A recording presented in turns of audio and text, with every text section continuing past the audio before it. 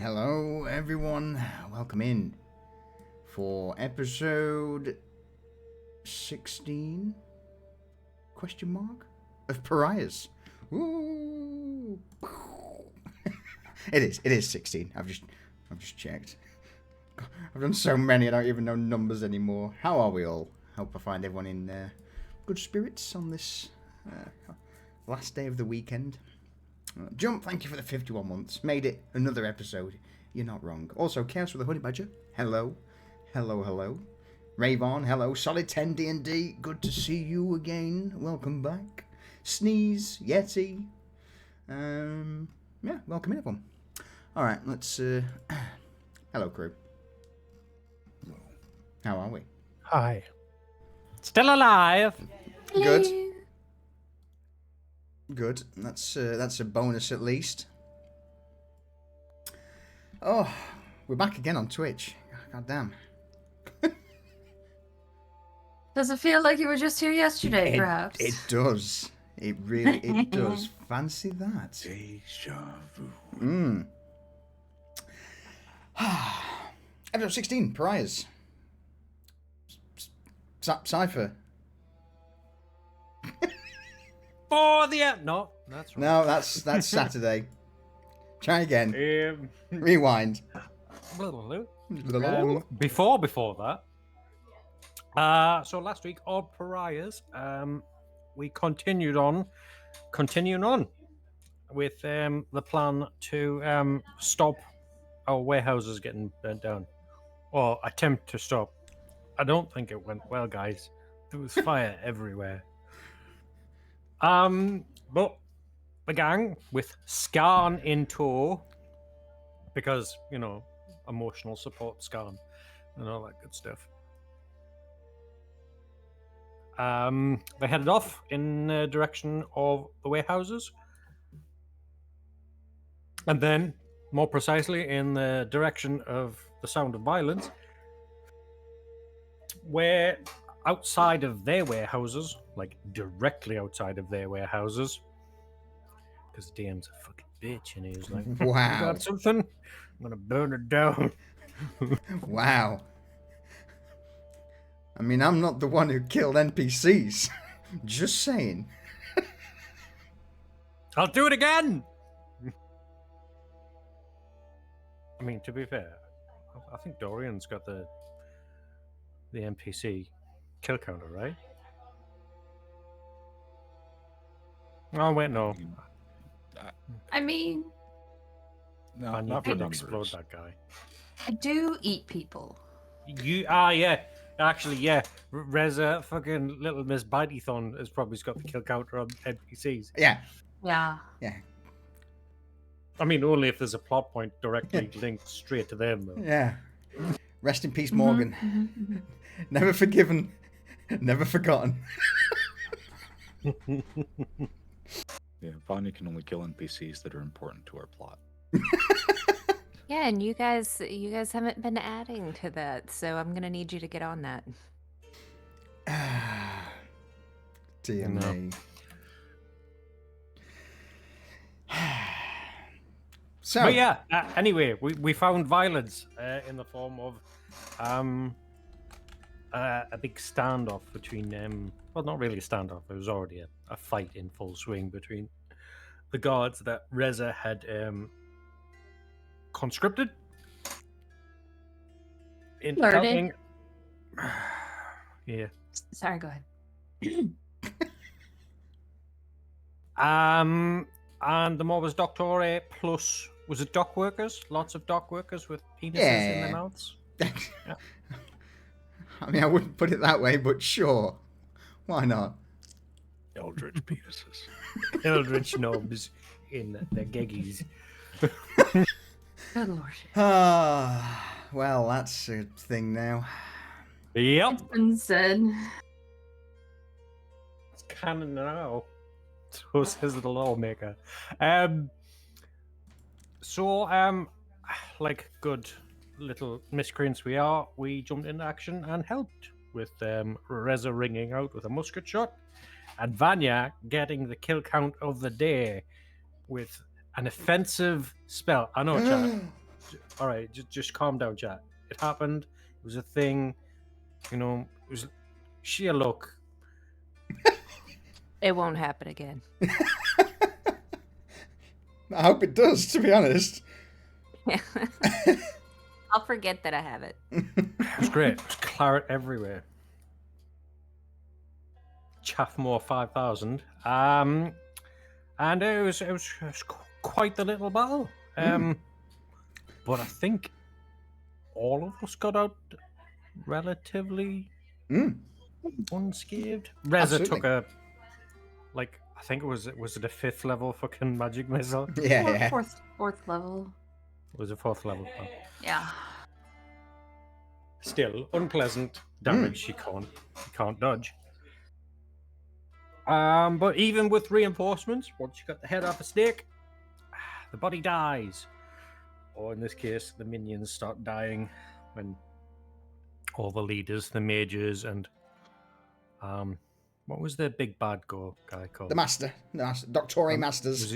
Was he just a master? He was, yeah. Yeah, So, there was no named NPC. You've not got that far yet. Oh, okay. I just thought he had a special title, but master, I guess. He had a brain till Dorian bashed it fucking in.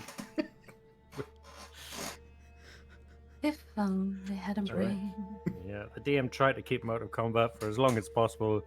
And once he finally did, he was like, aha, let me show you my bullshit. I'm proficient in bullshit. Fucking pocket sand go. Yeah. So yeah, it was basically, in a nutshell, it was a 4-hour combat session. And we've not had one of those in a while. Coupled with the fact that Reza had brought in support from the Wardens, meant that from a DM's point of view, it was a lot easier for you. Again, I plan the fights. I realistically put what the Doctore have there. If you guys circumvent my plans, then good on you. And you did. Without the Doctore support, I think, and without the Warden support, sorry, I think that could have been A rough fight, yeah. a little spicier, yeah. But again, quick thinking. That's been the theme of this campaign from day one, is think outside the box. And you did. You got support. Granted, they didn't do a great amount of damage, but They were tanky. They held back there. Absolutely, they held the creatures back and let you snipe away and pick off priority targets. So, well done. Well done. But let's pick things up where we left off last week, shall we? In the aftermath of the Lower Streets warehouse fight. Here, in the distance, as the sound of your own combat begins to die down, the Wardens, still in a circular formation in spite of being blown back due to the warehouse being leveled, they dust themselves off, rise to their feet, glance around at the sheer carnage of the scene. As mentioned, in the distance, the sound of combat is still ongoing from across the canal in the Coinflow district. Bells are still ringing. There is the sound of steel on steel, explosions, the sky still illuminated with fire. Whatever is happening in Coinflow is still ongoing. And by the sounds now reaching your ears as the debris, the dust begins to rain down from on high, from your own warehouse, blowing up. It sounds like this may be a little bit more intense over there than it was here. Granted though, Coinflow is not your priority. It's not your area of influence. The Merchant Guild has their own fucking army at their disposal to deal with that. Granted, though, in your minds there is no doubt that at some point, whatever happens in coin flow will certainly affect business in the days, perhaps even weeks to come. Now, with this smoking ruin of a warehouse in front of you all, what are you doing? What's the plan?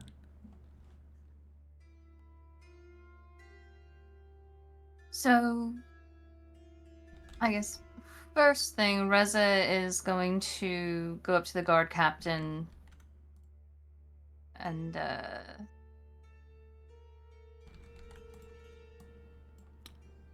you'd say that. she's actually going. Sorry, go ahead. No, I knew you'd say that. That's why I'm quickly working away at getting a few portraits. Okay.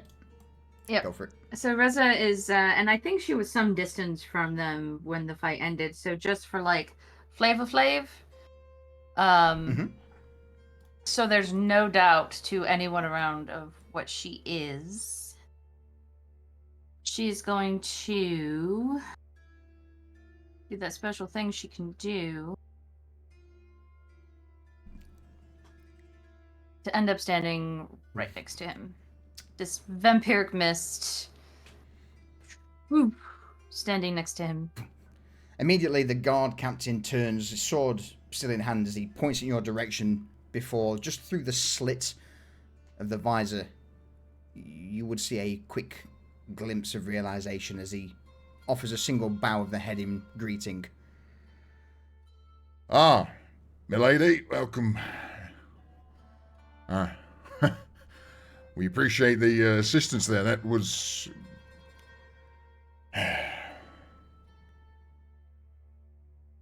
Indeed. Well done, Captain, holding the line till we could get here. I'm sure you've got further orders from command coming in. It seems the city is in a little bit of chaos at the moment.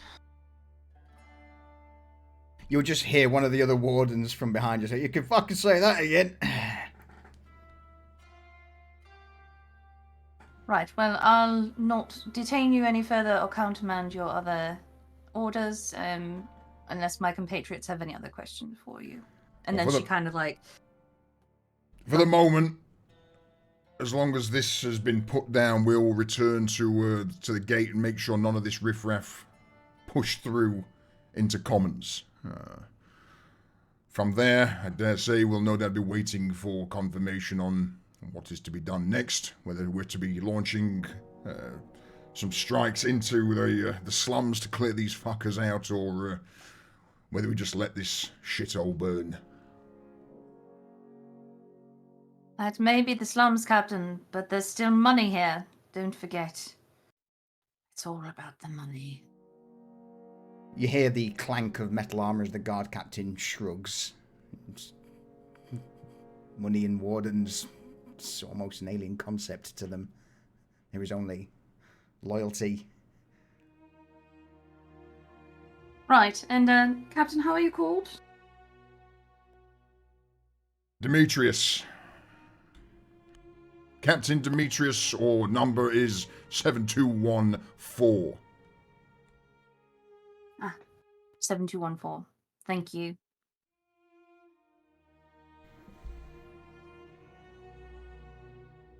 Cypher's poking the one because there was a warden on the ground, right? That was out of the fight. Yes. Roll me a Medicaid check. Medicaid? Damn it. 40k out. D&D in. Yeah, just A medicine check. a Yeah? medicine I check. believe that's the word you're looking Yes, that's definitely the word I'm looking for. Thank As you quickly glance over the other warden, Cypher, you would notice that his armor, whilst intact, there are a few pieces, especially along the joints and just under the armpit where he was stabbed. He was on death's door when you first arrived, but the explosion of the warehouse, sending debris. The barrels and crates that he was propped up against flying along with him was just too much. He's currently in a crumpled heap on the far side of the street from the warehouse. The other wardens, they're still in a circular perimeter around themselves, and you would have noticed that none of them really cast much of a glance towards him.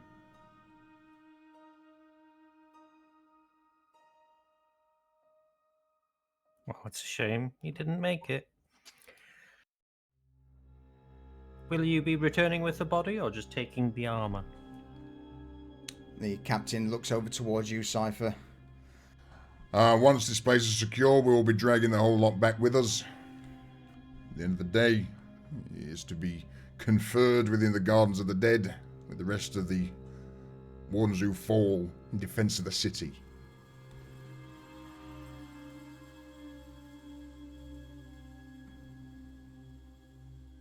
Oh well, at least it was only one of you.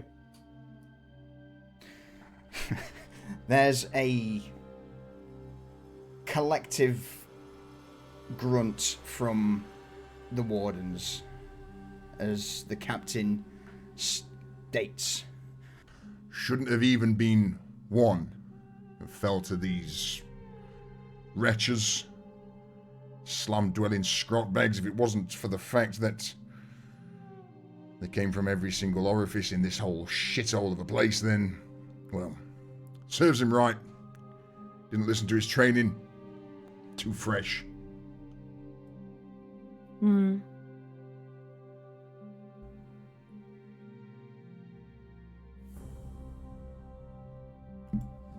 It happens.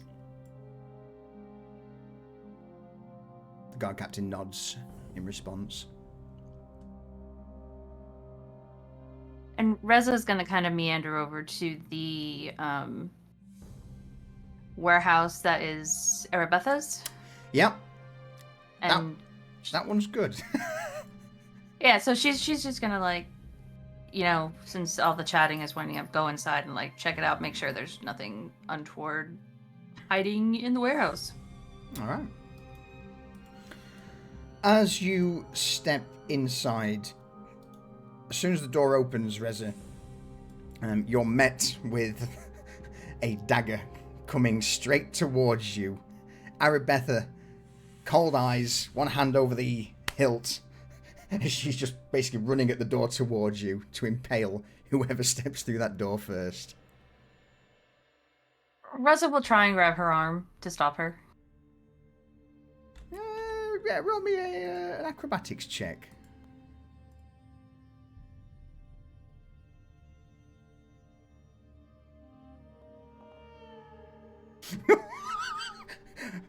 Oh Lord, she coming.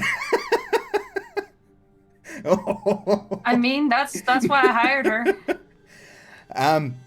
It's at the last minute when she realizes through the smoke and the dust, the blade slightly turns aside, and instead of puncturing into you, she careens into you, Reza, and both of you fall back out onto the street with Arabetha on top of you, knife at her side as she looks down, sighs. Oh, God. Hello. Everything all right in there? You seem none the worse for wear. It all happened a little too quick, but... Oh, sorry. She dusts herself off, stands up off of you, and reaches a hand down to pick you up from the cobbles. I'm glad you were prepared to merge anyone who might enter. I should have announced myself. That's on me. Well, I heard the sounds of fighting outside, and when I poked my head out, I saw a group of the wardens, so wasn't too concerned until, of course, and she leans over your shoulder, Reza, her eyes fixating on the ruins of the leatherworking workshop just across the street from her own. Then that happened. Can Reza tell from her expression whether or not she's relieved that the stink won't be there anymore? Roll me an insight check. Okay. Hey, Glitch Bunny, how are you? Also, while I've got this moment, so sick, I saw you there. How are you? How are you? And Noxious Druid, welcome back, mate. Welcome back. Bit of column A, bit of column B. She seems more concerned with the fact that she didn't just run you through. But her face is pale. Certainly a slight shake to her features, considering what's just occurred here. Right. She would wrinkle her nose, though.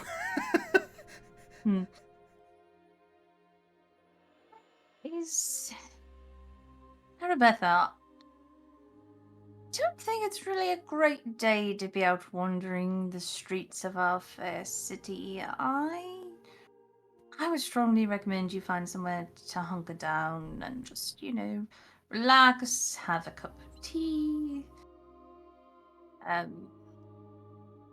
Maybe forget about the smell. At this, she's already pulled a handkerchief from beneath her robe and put it to her mouth as she begins to nod. And through the muffled cloth, you just hear, "Very well, I'll,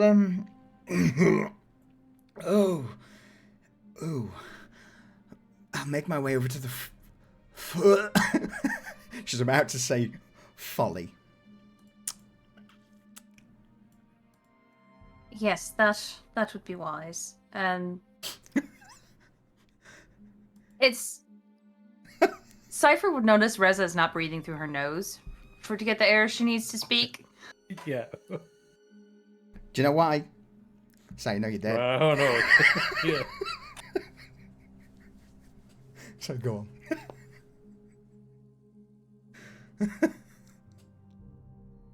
Right. Is Skarn still around? Absolutely. Yeah. He's at the moment just picking through, lifting up the odd body of the Doctore, seeing if they're still alive, shaking them around a bit, casting them to the ground, and just going across all of the bodies just to make sure that there's no nasty surprises awaiting. Hey, Skarn, when you're done there, can you help Arabetha make sure she gets back to the Folly safely, please? Back to Folly? Yes, I can Yes. do. You there, the girl. That one. Points towards Arabetha. She one I'm taking back, yes. Yes, I mean, you don't have to physically carry her, just, make sure it hurts her on her way back. And if they do, there will Kill be them. some. Yes, consider it done. Very I have a nice. few more of these. And as he's talking, he's got his claws wrapped around the torso of one of the dead dock workers, just like shaking it, almost like a hand puppet as he talks. Few more of these to check in corner. Make sure they're not squirming. Want no more tentacles to sprout from nostril or mouth Yes. like Peni. Very good. Very good. And she just kind of pats Arabetha on the shoulder and says, Skarn will make sure you get back safely, so just, hold tight for a few more minutes. Very well, thank you. I will go back with the incredibly angry-looking Dragonborn. It's a good thing. And then Reza's going to walk over to Garrett and kind of give him the, what now, boss look, an eyebrow raise. Yeah? What's anyone else have anything they're doing? Vanya is gonna rush up to get in front of Skarn because she's wanting to check and see if there's still just any of the mages squirming, and if they are, she's gonna take their fingers.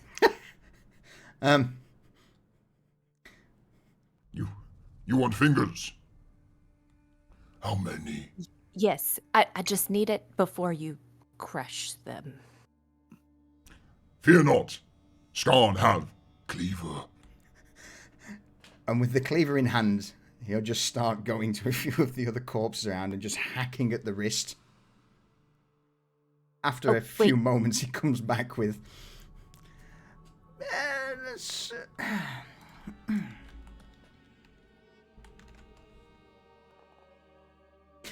14 hands in a bag.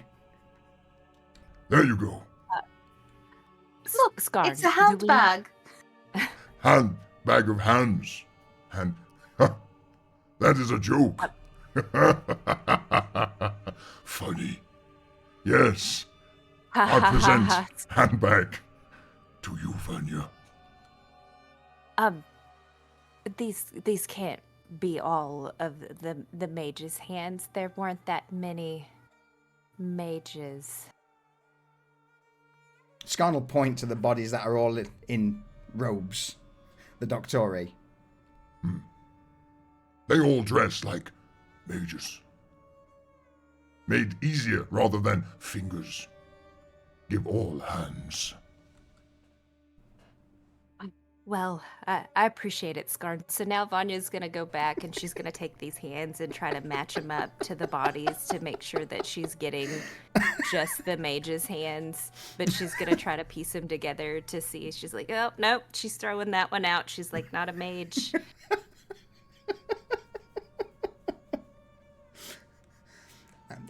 Absolutely. It'll take a bit of time, but eventually you narrow it down to get the 3 pairs of hands from...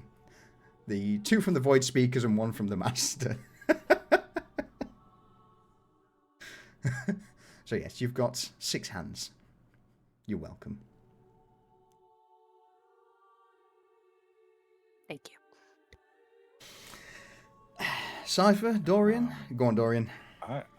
So Garnack's shop, warehouse, whatever, blew up.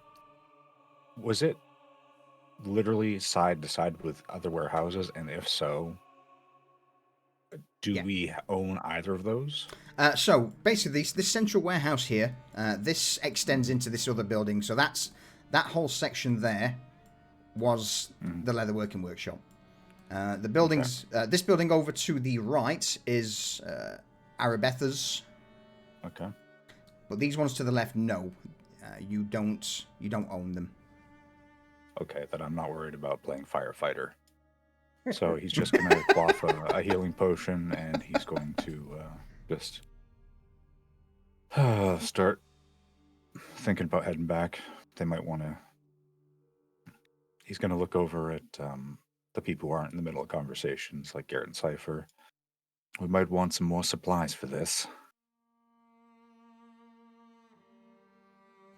Cypher kicks a dead body, looks at it in disgust. Yes. All tainted. Shame. Should we burn these? Just kind of pile them up into a big pile and burn them. I'll just throw them into the blazing inferno that was our warehouse. Oh, that would work too. Yeah, so Dorian will start carting bodies that are clearly the creatures. You know, obviously after Scarn's been doing his thing, he's just going to start pitching them into this wreckage. Because it's go on, Cypher. Going to help. Cypher's going to help. Helpful Shade is just going to drag bodies into the fire and walk out the fire, grab another body, walk into the fire. A couple of the wardens will also chime in to assist on this. 3 of them remain watch, guard captain and 2 others.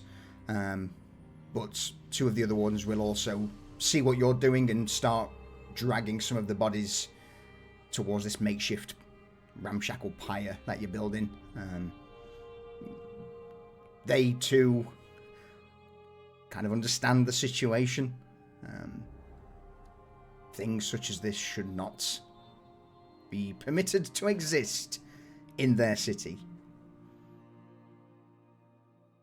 So yeah, it doesn't take too long for you to stack the bodies high, and the fires from the leatherworking workshop will begin to spread down to the warehouse.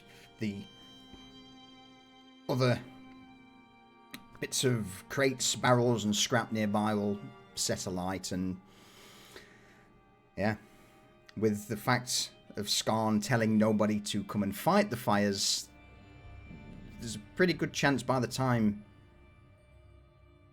firefighting assistance does get here, there may not be much left to save. Unfortunate for the other traders. That's what we call a real estate opportunity, and that's why Dorian's not helping. Mhm. All right. So, Reza, you're this is where you turn up in front of Garrett with the what now boss man face.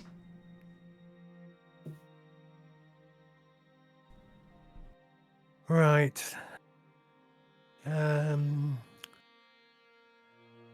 Suppose we ought to check the rest of the districts, you know, the border. And then just wait for a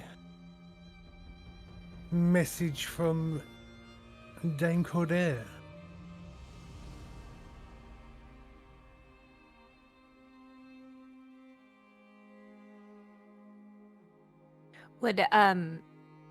Would Vanya, you know, with that being kind of like her first time sending that out, or maybe 2nd time, would she have an idea of like how soon that that they would receive that message and probably be hearing something? Like, do they need to be in a certain area, or would they come and find her? Roll me. Let's go with an Arcana check and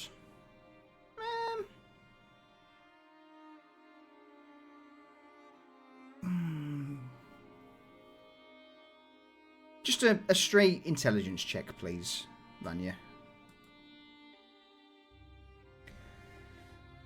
So, from the Arcana, your enchanted scrolls travel at roughly 30 feet a second.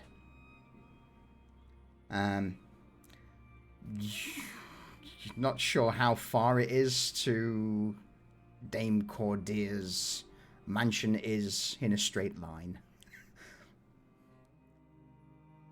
But hazarding a guess,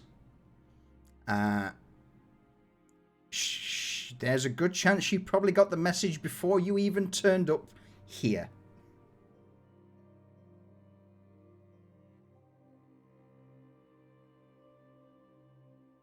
Garrett, Yes, Vanya? I feel probably the message has already been received. So if we need to either go and meet, or maybe, what would be the word? Like, if they're headed this way, I'm at a loss for words for that. Like, intercept them along the way. Yes, well, if we're going to have a little check over the districts, if they appear, we will no doubtedly bump into them. I'll keep my eyes out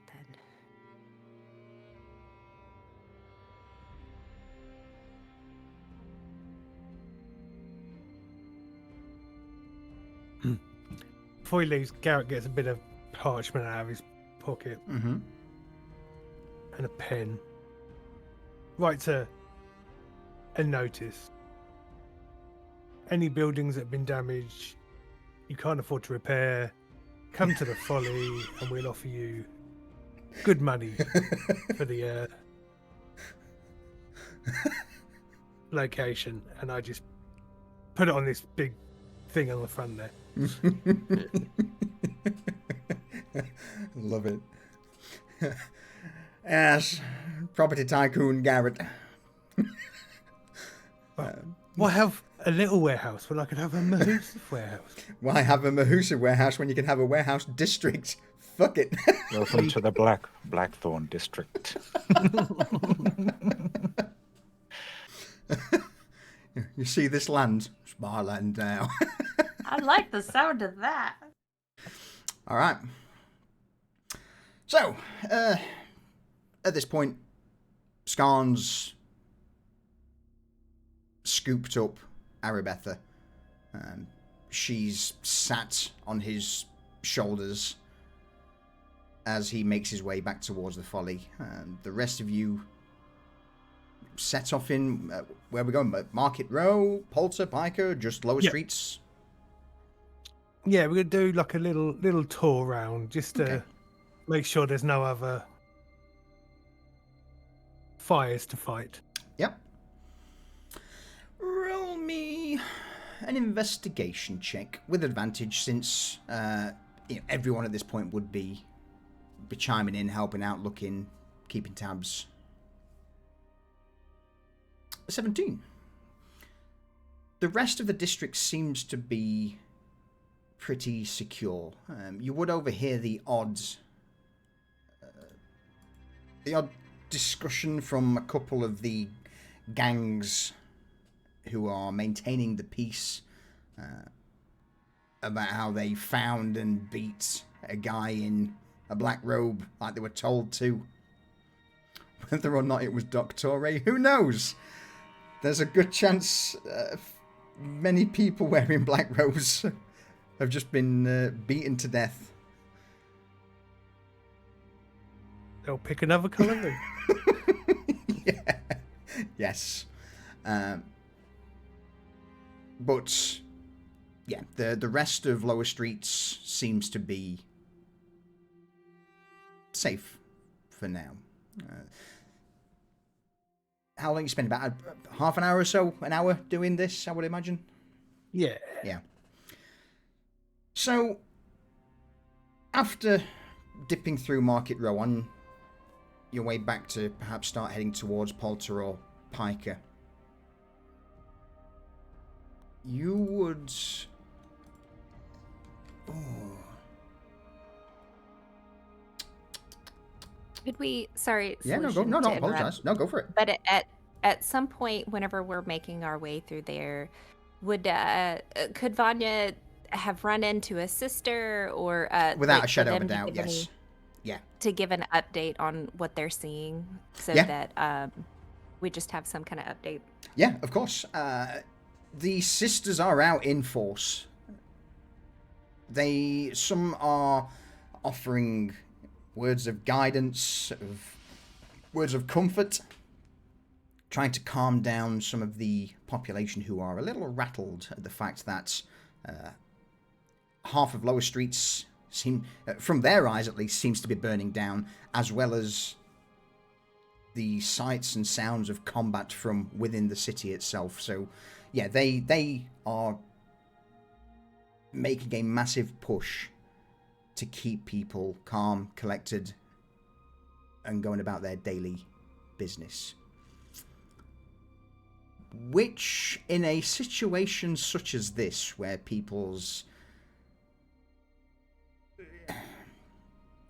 where it's quite tense and there's a lot of fear in the air, people will look for anything to grab onto for hope, for joy, for happiness.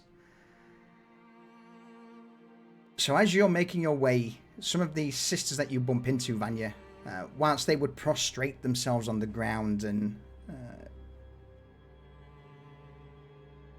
whisper happy words in your ear, the message that the sisterhood is growing seems to be a recurring theme. People want something to hope towards, something to... Whilst pray isn't a foreign word in this setting, they pray for a better tomorrow, and the sisters are giving that hope to them. I am glad that you said that, because that was going to be my suggestion to them, is to capitalize upon this. So Edith, you already for me. Edith's already, she's on the same wavelength as you, Vanya, and upon this crisis, she basically ordered the sisterhood to capitalize on it, to bring as many into the fold as possible, to brighten their lives, give them hope, give them support, and the inspiration to know that tomorrow will be a better day. But outside of that, because I'm very proud of them, I'm big pride right now that they didn't even need instruction to do that, and they just kind of knew. But have they were they aware of like any Doctore movement, or had been in close proximity to overhear anything? Sadly not, no. Okay. That's one thing I will say, is that the movements of the Doctore in lower streets pretty much came out of the blue. Their raid in the warehouses, no one knows who did it, except when the call came out to look for people in black robes, black hats, white masks. That was the only thing they were told. So again, anyone who looked vaguely suspicious in a black robe or a black hat or a white mask has had a very bad time in lower streets over the last hour or so. But Reza that's just the... kind of mutters to herself, perhaps I should have said all three together. Oh well, no bother. Would we have a count of how like what I've added to my At this moment in time, no. Okay. Again, the sisters are still out on the street. There's signs of fighting still going on in Coinflow. Yeah, it's way too early to have any gauge of numbers.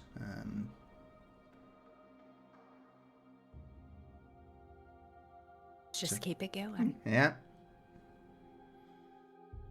So. Yeah, Would anybody else have any other questions for the sisters? If we just kind of ran into them. Didn't sound like they knew much, but No.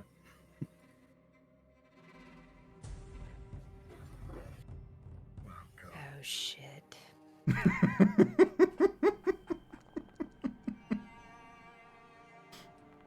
Wait, what is this for? Spot check.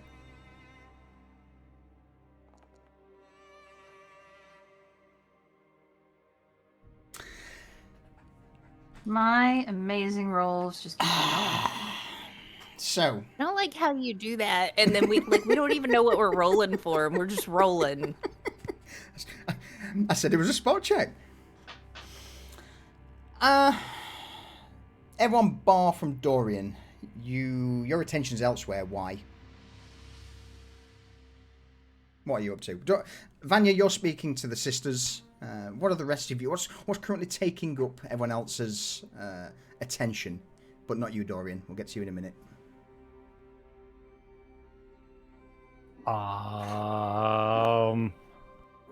Cypher's just having a chuckle to himself about how classic of them to find success in misery of the sisterhood.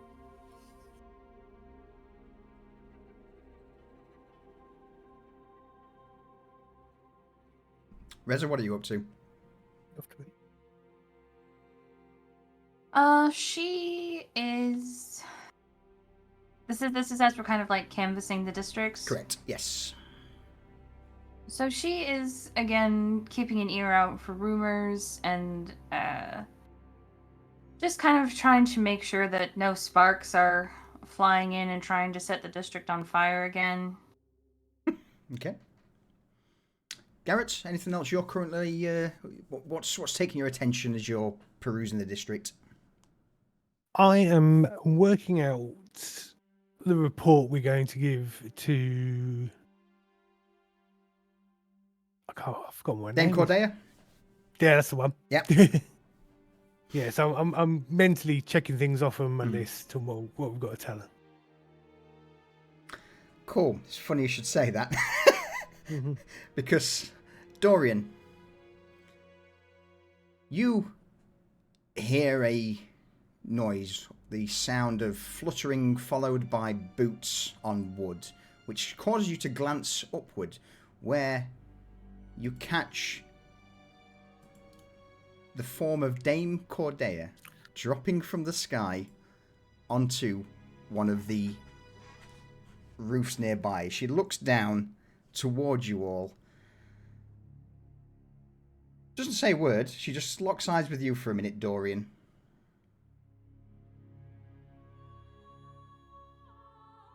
Okay, so does it look like she's just there, or does it look like she's trying to hide? No, she's just there. She's literally just. You get the impression she's just flew here, and has just landed on the rooftop, looking down at you. And so Dorian's going to stop, and kind of with one hand, he's going to reach over and kind of like just touch Garrett to kind of give him the idea that something is going on. With the other hand, he's going to sweep out and just give a little bit of a bow. Good evening, my lady. And just looking up towards her. Dame Cordelia nods and steps off of the roof. For a brief moment, she drops, and then all of a sudden just begins to slowly lose momentum before eventually just tapping on the ground. Well, it's a good job. We can locate objects. Otherwise, I'd be running around this whole rat race, this maze, looking for you all.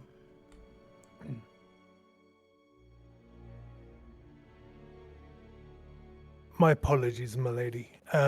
We had to deal with a Doctore attack. Oh, they're here as well. Coinflow's rather busy with a similar occurrence.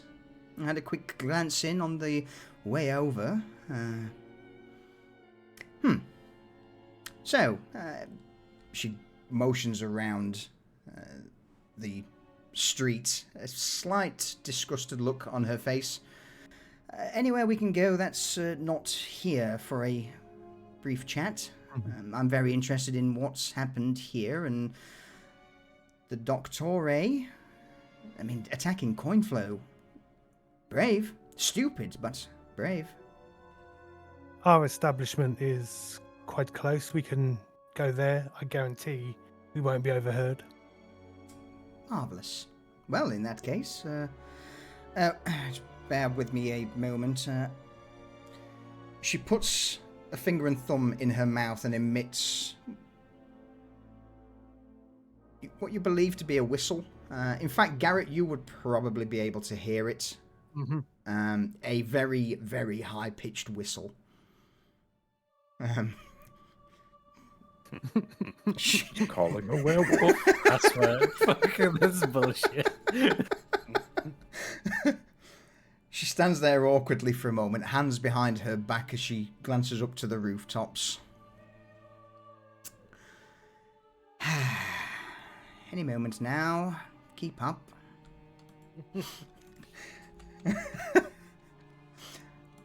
Eventually, you hear the sound of heavy pounding on the shingles above as, leaping from the roof, is the form of Casca, with a heavy thud onto the cobbles.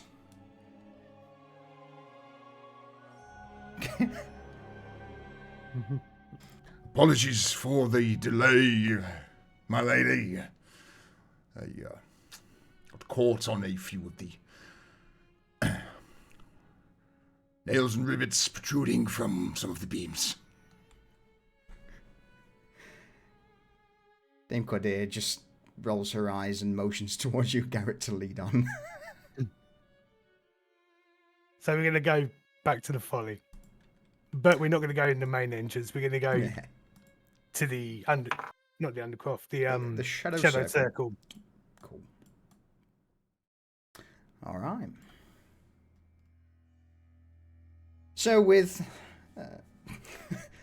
Casca and Dame Cordelia in tow, you make your way back through lower streets towards the spare entrance, second entrance even, to the Shadowed Circle. Here, as Dame Cordelia makes her way down the long corridor that leads from the small storehouse used as a front, she looks at the corridor, the craftsmanship, and whilst her face has been that of disgust or disapproval whilst outside, you see that her features have started to glow up a little more. A little more approving. And as the shadowed circles revealed, she steps in, glances around, sees the blue crystal lights. Nicely, again, not exquisitely decorated or engraved furniture, but it's well made. You just hear a brief, quaint, pleasant, inviting. Work in progress, but come in and offer you refreshment. She cocks her brow slightly. If you have something that would appease my particularities, then yes. Marvelous. Bear with me 1 second. Please don't drug the nice lady. Get Oh yeah, I'm gonna give her a little sniff doing that. You reach into your bag of holding, produce the Court's Reserve Bloodshot, the new, the fancy. What do these things look like, Garrett? This is the dog's bollock. Oh. This is the top product. This is an etched crystal like bottle with a really deep, rich blood red liquid inside with a slight sparkle of gold. It just looks decadent. Cordair looks over the bottle for a moment. Different. I wouldn't say uncorks, but most likely just lifts the crystal lid from the vial, sniffs it for a moment, takes a brief sip, just enough to coat the tip of the tongue, before her eyebrows shoot up, eyes wide. Oh.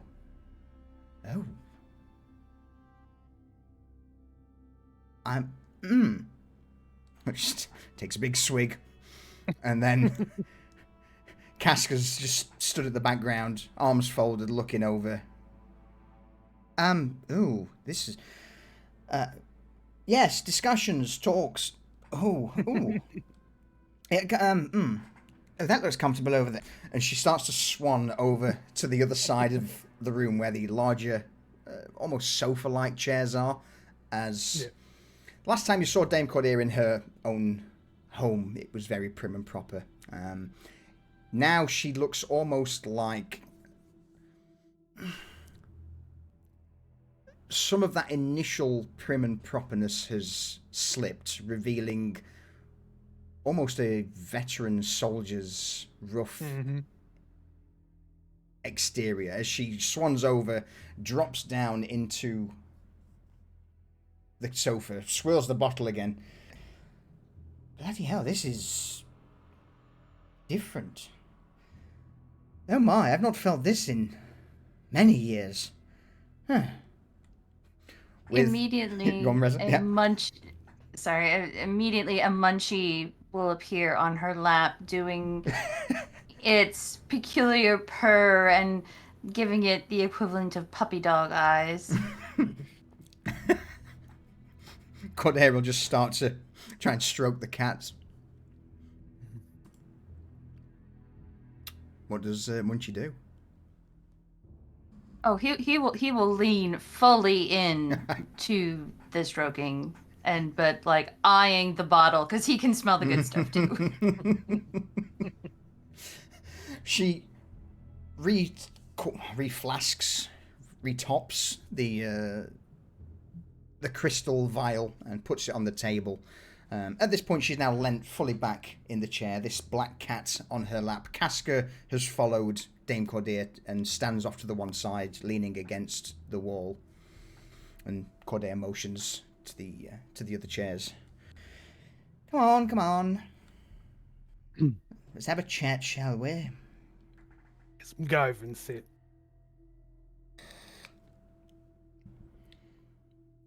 So, Doctore, We learned that their base of operations is in Dirktown. she cocks her head to one side, that look across her face, plain as day, of where the fuck is that?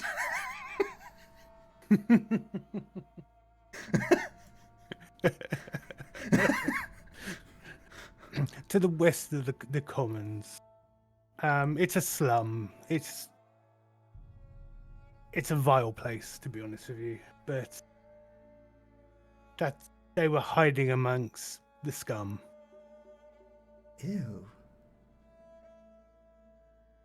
But what they were doing, well, what we saw them doing, might answer a few questions. They had an apparatus that looked very similar to what was found in the bloodwork. And they were swapping blood for food.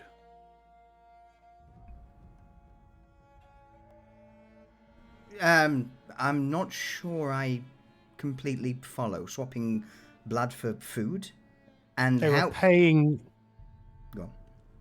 Sorry, they were paying the poor, homeless filth in food for a quantity of their blood.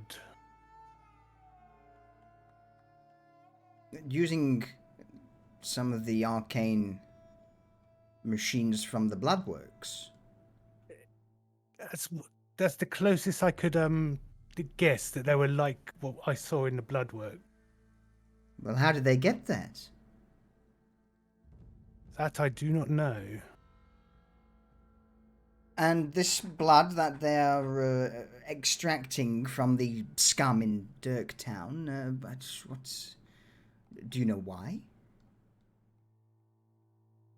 Well, correct me if I'm wrong, Reza, but we are under the impression that the Sandoval's are not purchasing blood anymore from the bloodwork.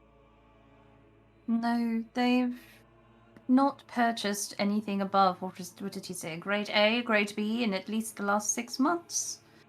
One of the great houses sipping on A and B. Ugh. We suspect, madam, that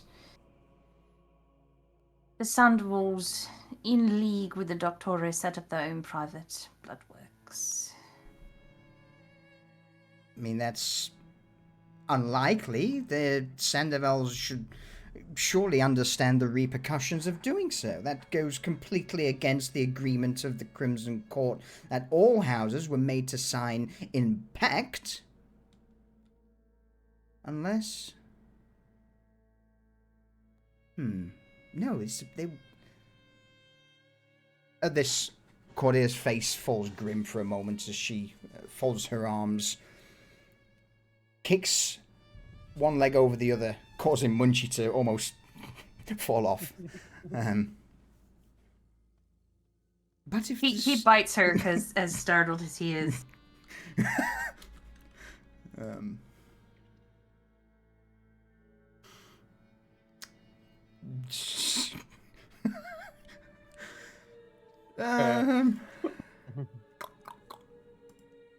It's like a natural cat reaction. Yeah, Like it is. He got startled and he bit and yeah, I'm just thinking how she would deal with that. She'd probably at this moment just ignore it. I dare say, even if Munchie was attached to her, she wouldn't know.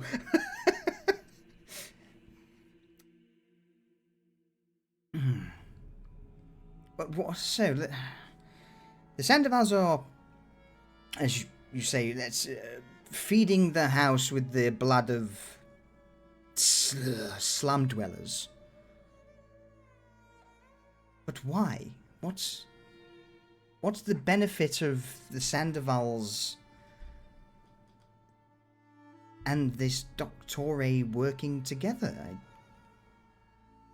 Do you any ideas on their goals or what the Doctore want, or is this just a separate group that's planning to cause chaos or just profit here off of the Sandavars, or is this? Well, Dorian, do you still have the jar? The jar. Yes, with the thing that you pulled out of our friend. Oh no, that's been burned. Ah, yes. Well, it's our understanding that the Sandavals are flat broke. Just on their last legs for some time now.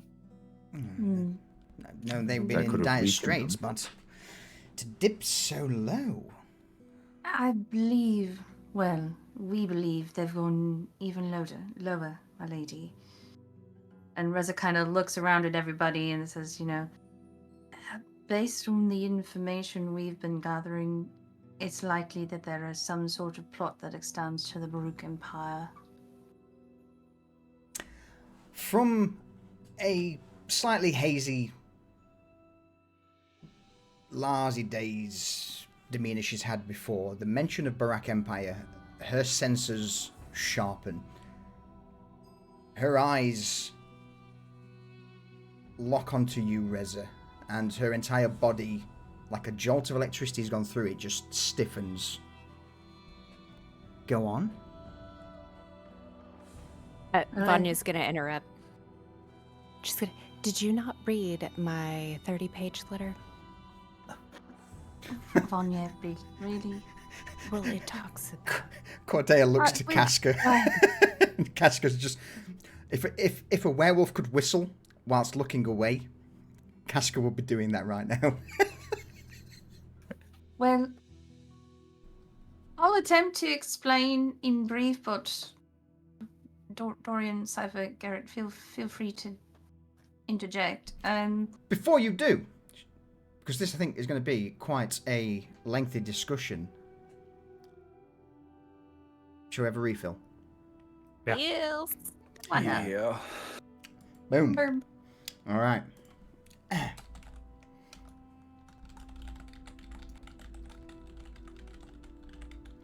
All right, Cacophony. Go entertain. Do your thing. Folks, we will be but a moment while we refill our beverages.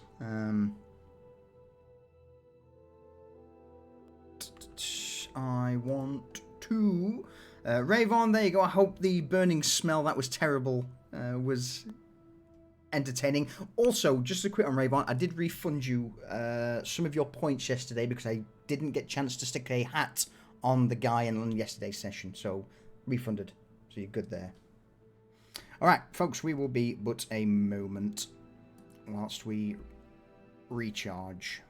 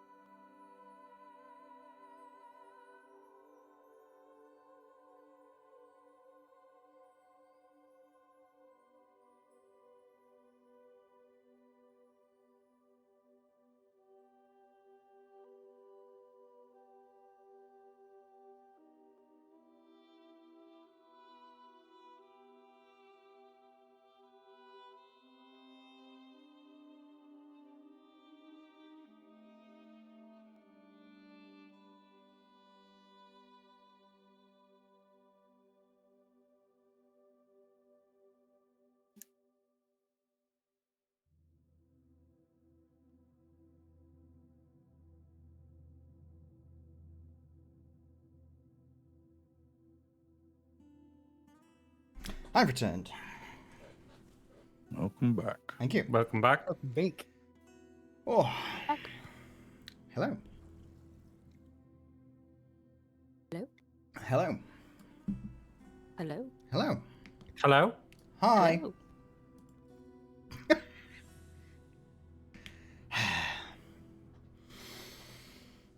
All right.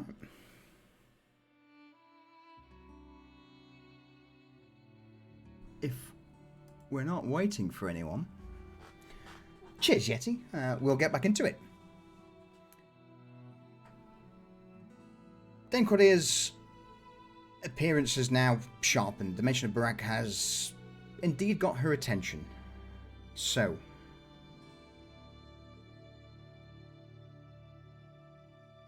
where are we going now with this?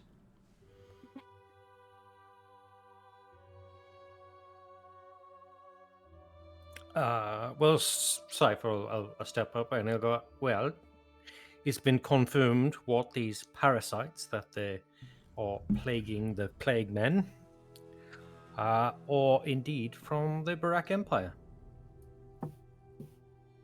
And I was... you telling me that the Doctore are from Barak? I know very little no. of them. And may I add, which this was in my letter, that Vanderhall was seems to be their command center. Also,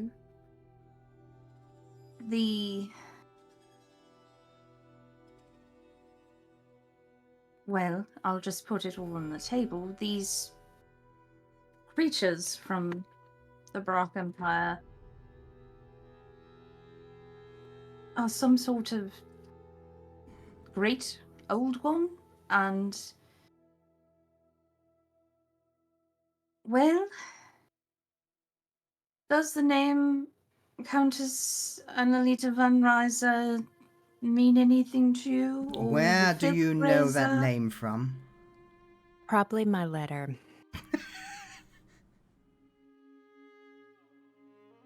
Where do you know that name from? And at this, she's seeming a little more stern. We found it while investigating the creatures that have infiltrated the Doctore, which also, by the way, are often followed by the Weeping Pox. I don't know too much about the von Reiser house, as all of us in the court are conditioned, ordered that the estate there is to never be touched, never be investigated. If anyone would know anything of the von Reiser, it would be our most esteemed lady, the Countess. Yes, my lady. But if that estate has connections to the Doctore and this creature, you said they're creatures. Reza kind of looks slightly helplessly at Dorian and Cypher. Think of it as a gestalt parasite connected to a small part of a greater whole. And they split like a plague. Take over whatever they can. Right. And that's the masks you said? So they're not actually masks, they are a creature, a parasite that, I assume, from what you're telling me, latches on and controls the host? Yes, and well, it's kind of like a, would you guys say like a hive type? They work in unison. Yes. Although I think think of the masks as more of a hermit crab shell. It's just something to cover the fact that there's something underneath. And it's definitely coming from the Baraka Empire. The Sandoval's are 100% involved, and we could only conclude that given the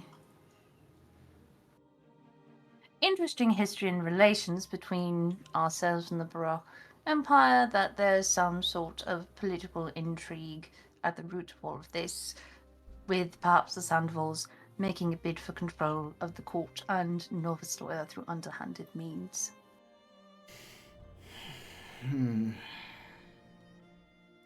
Alternatively, they've lost all control, and this parasite has spread much further than you thought. Yes, that is another case. Either way, not looking good. No.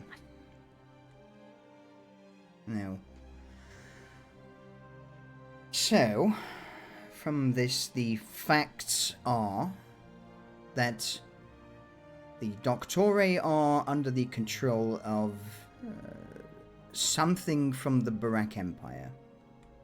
They are using the inhabitants of the slum district for some, I would imagine, nefarious means that either has the Sandovals indebted under their control or as a benefactor of the Doctore. Am I correct so far? Correct. Okay. If that is the case, then this needs to be eradicated. Pulled root, stem, and whatever earth it touched, dug out and disposed of. Indeed, madam. A point of order about the coin flow situation. I suspect that may have originated with the Merchant Guild's attempt to purge the Sandoval-held warehouse. Our contacts reported a large booming sound before the fire started. Well, that makes things a little easier for us if House Moretti are also under a threat. Well, doesn't hurt anything that after this, and they've exhausted their supplies and their forces there, they're beyond the back foot, and that'll put them in a rather precarious situation for any negotiations. Perhaps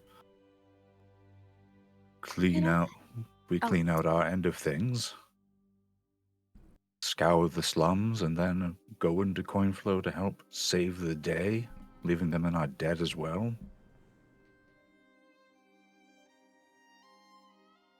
Scouring the slums is not a bad idea.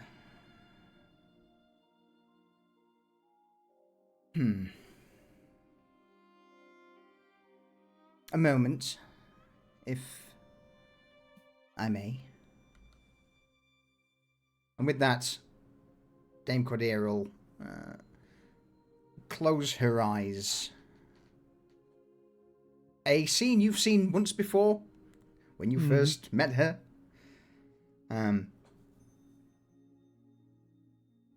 It'll give you all a bit of time to talk amongst yourselves if there's anything, anyone wishes to share between you guys, things that you may have forgotten, may wish to add. Vanya is going to add, I don't remember exactly, but I remember putting this in the letter, and it's obvious that she didn't read it. Should we also mention that the Von Ryzen and the Fifth Grazers, am I saying that correctly, are tied together? Did we mention that? I We said didn't the mention word. that. I did We say didn't. the word filth grazer. Oh, okay. Oh, you did? I didn't did. hear it. Well, she sort of exclaimed over the first part. I'm not sure if she heard the second. And at this point, Munchie has come back out of hiding and is back onto her lap, curled up and sleeping.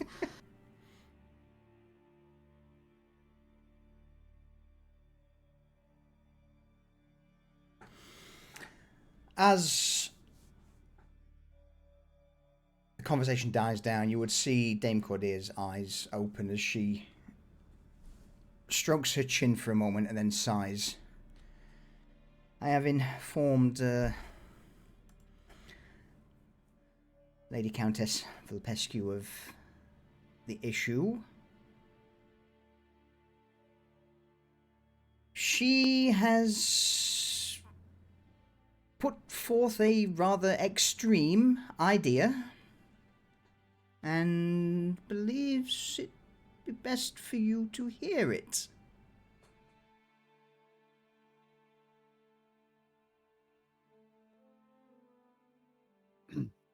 All ears.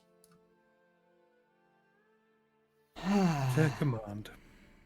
You're not going to like it, I assure you, but if the Barak Empire is involved and there are ties to the estate, the abandoned estate in High Seat, then my lady has suggested that the whole district is to be purged. Now, to do that, she is going to require the agreement of the majority of the court. So, she has put forth to me a question to ask of you all. What would be the benefits for each house, from your point of view, to scour Dirktown from existence?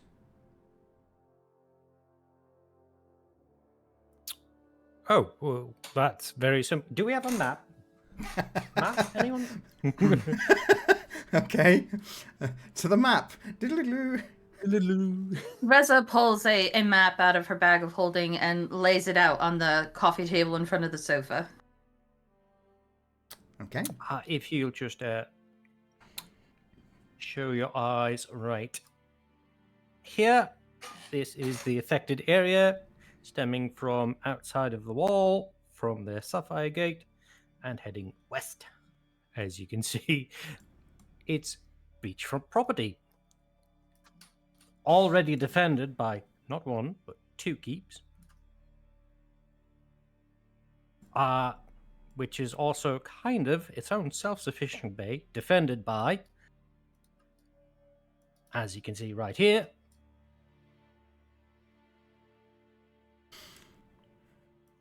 She's not along. She's not along as you. She's seeing what you're putting down. Yeah. So hang on. So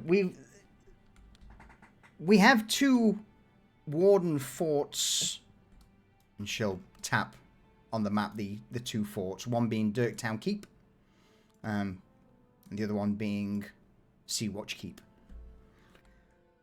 How has this managed to get to this size? Who controls... She's about to ask a question in regards to the commons, and then she just pinches the bridge of her nose. Sandoval. yes, yeah, Commons. exactly. Sandoval slums. Yes. Okay. So, we have this sprawling slum outside of the common walls. 2 warden keeps. Have they not been keeping outside the city limits, so why would they bother? But I can certainly see your point. A defendable bay close by to the garrison and the whole military complex. Go on. Well, you have a brand new free real estate that you've already defended for development for whatever their needs are at the moment. I don't know what your master's needs are. Military, could be military harbor, coin flow, a merchant harbor. That is a direct directly connected to the mainland.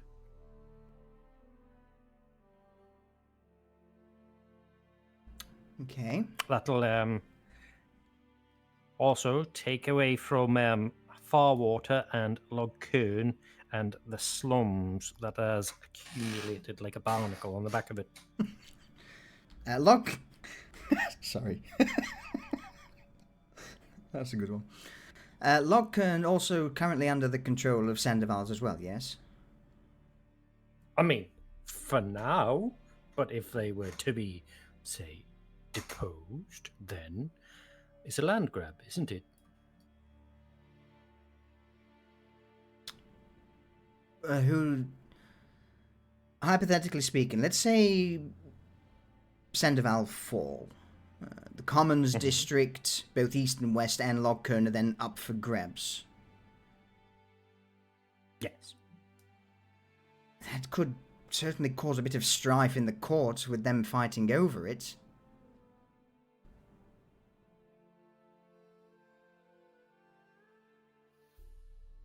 Unless it's already been developed by a third party.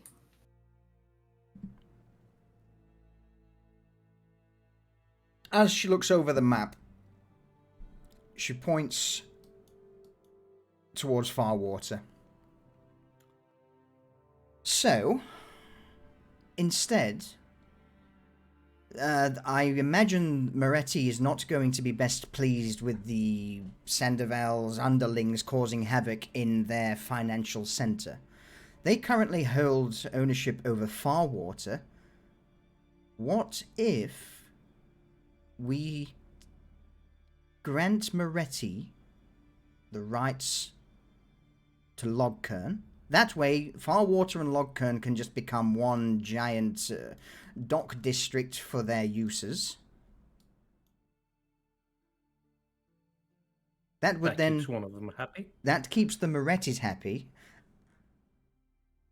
That just then leaves the Commons. Now, the only people really who would be interested in the Commons would either be the Grand Duke himself, if this military port goes ahead, or perhaps Moretti's again, but I doubt any others would allow Moretti to have both Coinflow, Logkern, Farwater, East and West Commons. Coupled with the other districts that Moretti runs would be monolithic. They would have so much power that even the Grand Duke himself would no doubt feel concerned. What if it were to belong to the road? You wish to give ownership of the city to a member not on the court? The court wouldn't allow it. What if Our Lady Vopescu runs it by proxy? And Cypher turns his head and looks at Dorian. Yes, a governor who answers to Vopescu could run the entire district. The way that I see it, House Koshevek has no real interest in the day-to-day happenings of the districts other than how it affects others in the courts. Countess Vopescu, of course, we know what she would get out of this.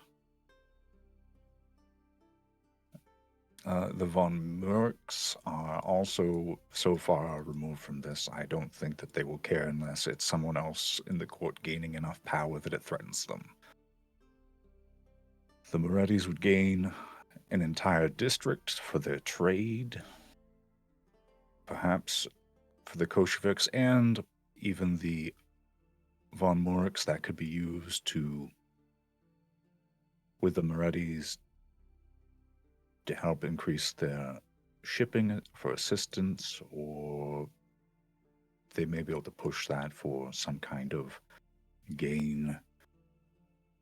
The Drax will have no particular interest, and, well, I think that would be it. But yes, the My only concern with the Countess is I doubt she'll very much want her name associated with the Commons districts. An interesting proposition, though. Or at least perhaps as a steward, temporary steward until the district can be divided, I'm sure. That's... Stopgap measure, and then once things settle after all of this, because I'm sure the court will need some time to discuss and investigate, once the dust settles, I'm sure that they'll be able to make a decision to their liking. Interesting. That way, Moretti gains power. They gain a new district. All of the trade for the upper parts is theirs. They're happy. Koshevek, the Grand Duke, would get perhaps a new military harbor or something else. The slums would be removed. Very much root and stem ripped out from underneath. In fact, I dare say that would be Sandoval finished. Utterly finished. With no holdings, no power backing them. We have records for the Sandovals to know what they might have some dealings in south of there. We could root them out. And by we, I mean, of course, mean that would be something that I think we, and he gestures to the people, not including her, so he's not like putting it on her. We could root them out, and the remaining concern would be this this business with High Seat, which I'm sure that we are in no way going to be allowed to touch. So, yes, this grazer thing. The estates, I am sure that Our Lady will no doubt handle that personally with the rest of the court. But who knows? Do well here, and she may well throw you into the grinder to sort it for her. The privileges of being dependable. There is a hint of sadness in Dame Cordier's eyes. The reward for good work is more work. Yes. She knows this, and I think it's easy for you all to pick up that she's trying to act as a little bit of a buffer between you guys and the Countess, not in a detrimental way, but she knows that things would get more difficult for you, perhaps. Vanya's gonna cast telepathic link with the group and say, maybe it's too soon, maybe it's too pushy, but with these new districts, if they accept that, we're able to do our business in these new districts. Is that going to be part of the deal? You're right. That is too soon. Oh, it's too soon. Okay. I wanted to ask before I said anything because I really wanted my sisterhood to be able to have access to it, and I'm just chomping at the bits. But just wait, and you won't have to ask anyone. Okay.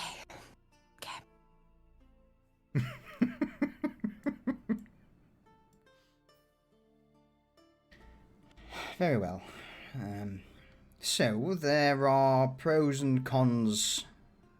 More pros than actual cons. In fact, what are the cons of this whole ordeal? Perhaps a little bit of disturbance in the slums, which gets far removed from us, but not for you. Are you confident in being able to cut the head off the snake? if there's one thing I believe that we are capable of, it would be just that. We're very good at cutting the heads off of things, Mum.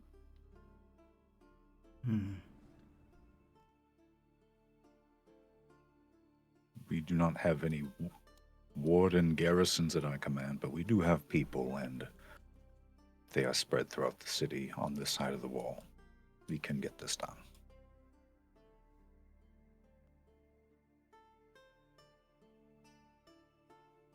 A moment.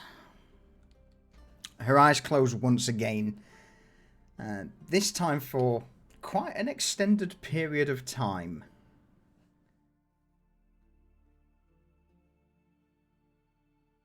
Giving you all a chance to... is there anything else anyone wishes to bring up? Because it seems that's a solid game plan for the court, at least, on what they would all perhaps gain. Mhm. But yeah, is there anything anyone wishes to talk about or bring up? Any potential blowback or anything that may occur? Maybe to sweeten the pot for the Grand Duke. Maybe we offer to set up a staging area with quartermasters, warehouses, for outfitting of any armies that might go out under his banner. I mean, there is half a warehouse district that did just go up in smoke. Well, I was thinking more, we have this beachfront property, as we called it, in front of a warden's keep, which would be very easy to secure. And it's quite large. As I take it, armies take quite a bit of room. And if we were to build a nice dock, they could load straight on to a ship from there and be off wherever the Grand Duke requires. Isn't that Staging ground. should we burn it down so that they could rebuild? Because isn't it kind of slummy? If anything, that's a good idea because of the pox. Yes. I So do if you look at think the map, this beachfront here, from the corner of the wall here upwards, you could make that into a staging area. And I do think that we should open a fine tavern as our base of operations, as that's sort of become our landmark, every district that we. Very much our shtick, working out of Yes. taverns. Mm-hmm, mm-hmm. I mean, it's what we know.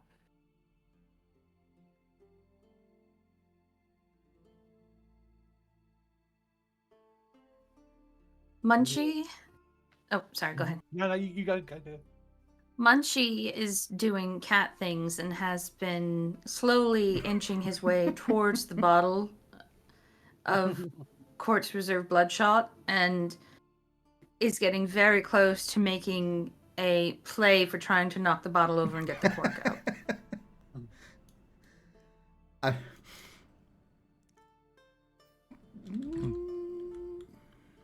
Reza, can you control him?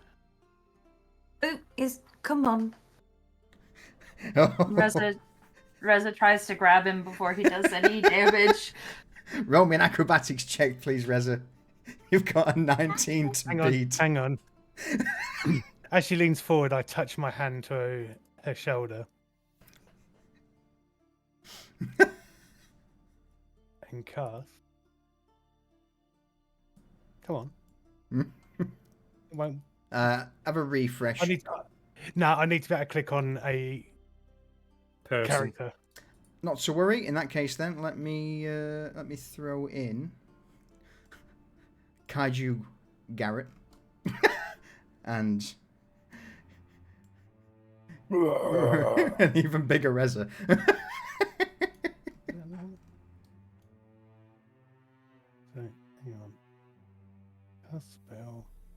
cantrip.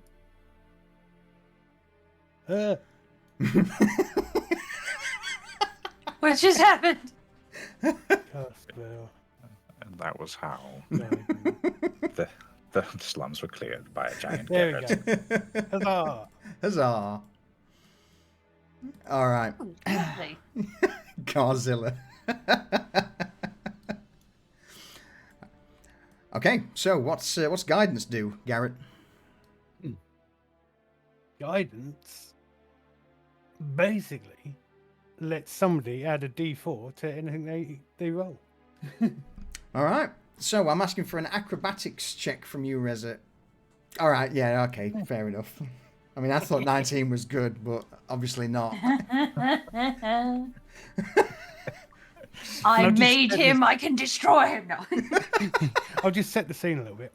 Go And on. as my hand touches her,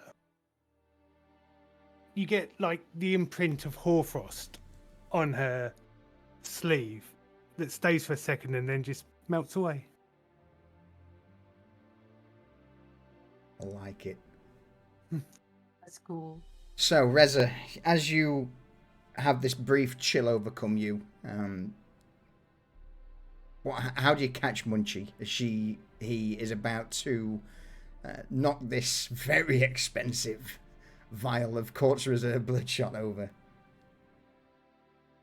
She basically just does like the cat scoop, just like under the front legs, holding it away from what he's about to do, and holds him in her lap, stroking his head, so he has no reason to complain. All right. A good 10 minutes pass with Dame Cordeer being in this trance-like state.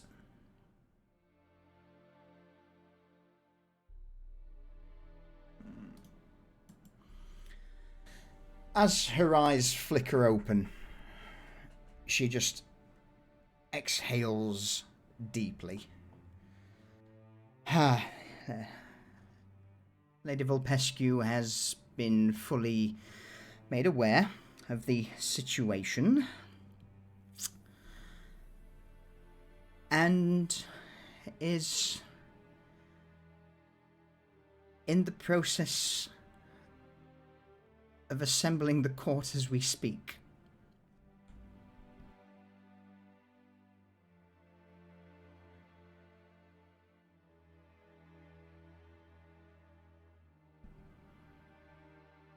Her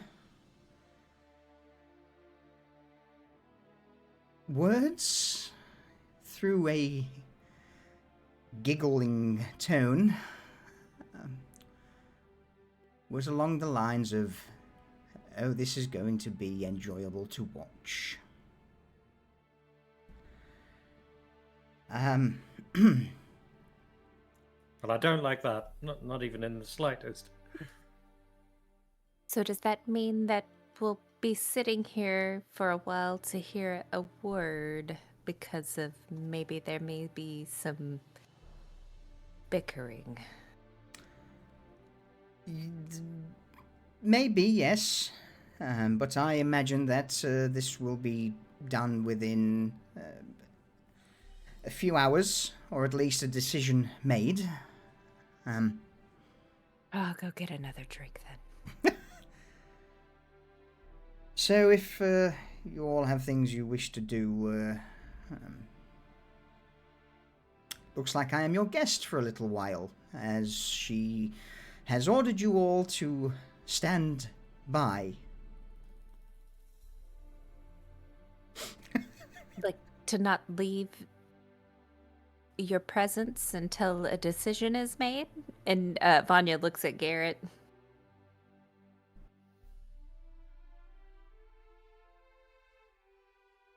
Just stay where we can contact you.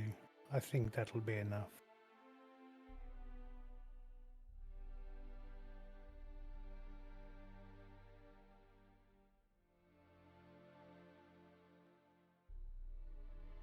All right. So, Oh, we've got. I know exactly what that noise is. It's red. It's scaly.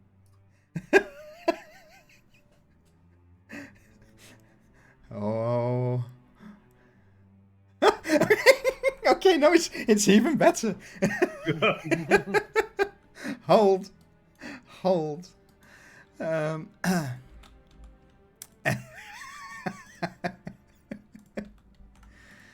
So, at that moment, you hear the door that leads from the Undercroft corridor to the Shadowed Circle open. Falco strides confidently into the Shadowed Circle, looking somewhat refreshed. Like he's had a bit of sleep. He looks around, sees you, Garrett, and oh, good. I'm glad that you're here. I've got a couple of things. It gangs out on the street, and as he casts a glance around, he sees Anya, Reza, Cypher, Dorian, Werewolf, Noble. Falco stops. Blinks. No.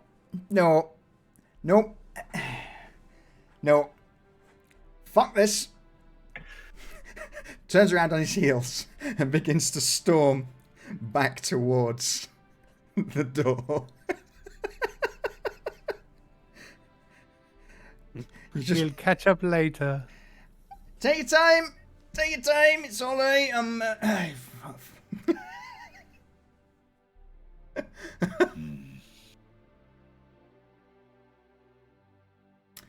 Excuse him, lady. He is quite crass, but he's very reliable.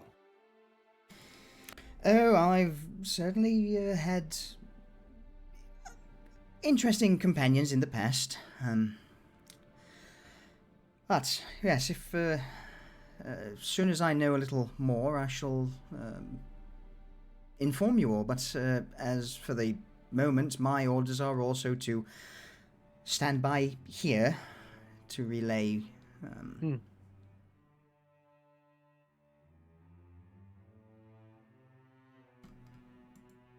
So, Is it?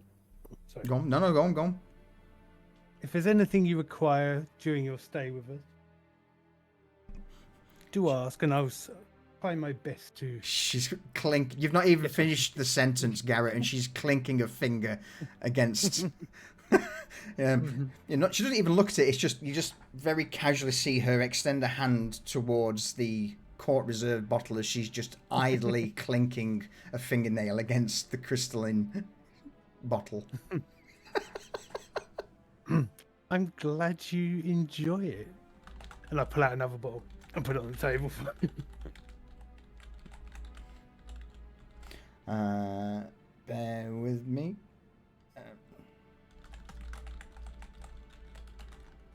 So, she snags the glass vial from the table and slides it into a small pouch at her waist. Obviously, similar to what you've got, you are aware that she too has a bag of holding. I will see to a case being delivered to your estate. You have my thanks. I appreciate it.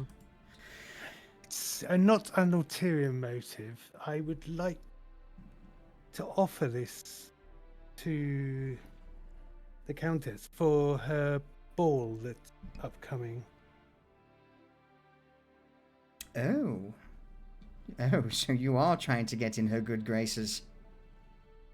Well, Dangerous game. But I'm sure she'll appreciate it. her good graces will make profit for us if the elite of the city get a taste for this beverage.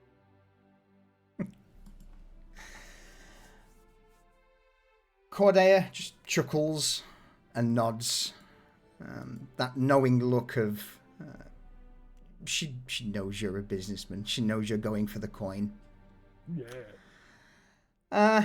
But with that said, is there anything anyone else wishes to say or do? What's the plan now for you all? Whilst you're in a little bit of a holding pattern until you hear from Countess Vulpescu. Reza? Oh, sorry. Go ahead. No. Moses. I was just clearing my throat. Oh, okay. It wasn't the pre-talking clerk here. Got it. Reza is going to pull out her notebook, but this is her, I call it her wizard notebook, where she kind of like works out spells that she wants to do, and then she'll kind of ask Cypher to come over and help her kind of like work through some equations that she's kind of working on. Mm-hmm.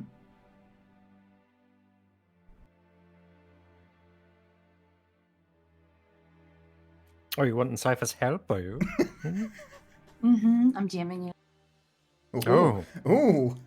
Saucy. DMs. Those saucy spell DMs. It's magic DMs. Oh. Okay. Uh-huh. Bigger or smaller? Beg your pardon. I don't want that. Oh, okay.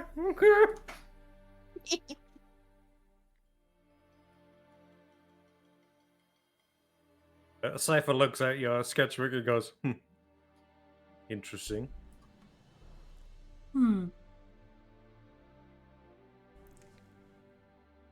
Sort of a long distance alarm. How are you going to control this?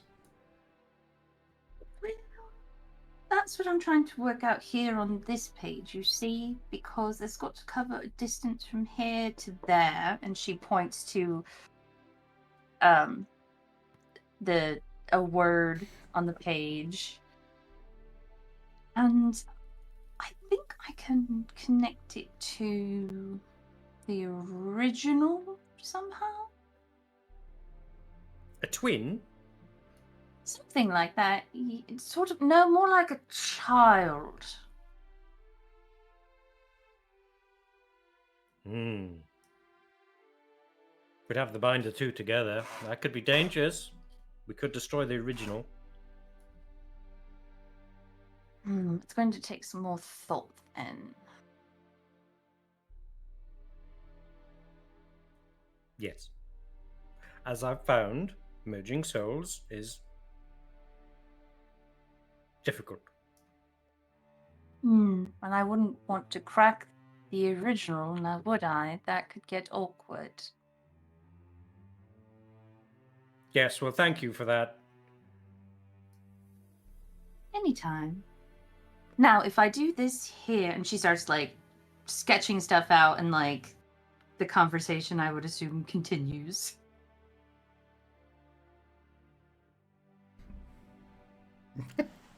Yeah, we're just spitting ideas Okay. at each other in the corner. Occasionally words in abyssal. So, you two are spell planning. Dorian, anything you want to do in the next few hours? Dorian is going to go to the bar and get a piece of paper and something to write with.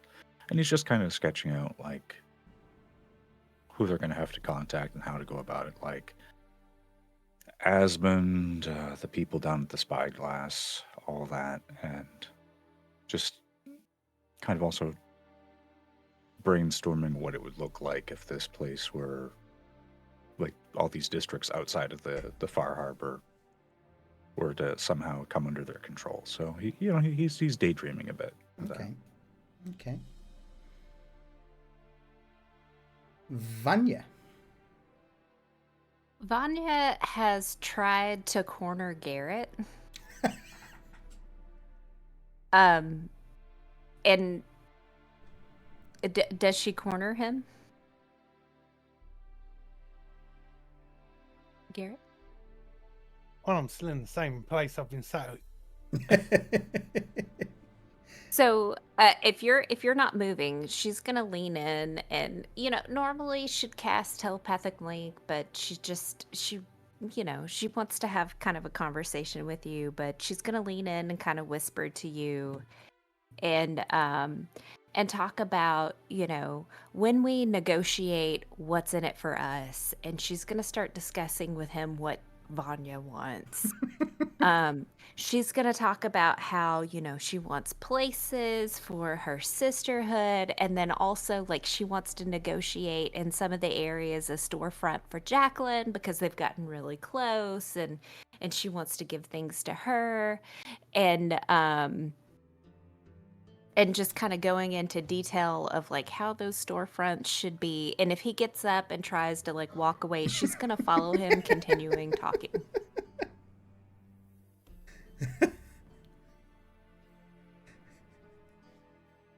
It's not the time for this conversation.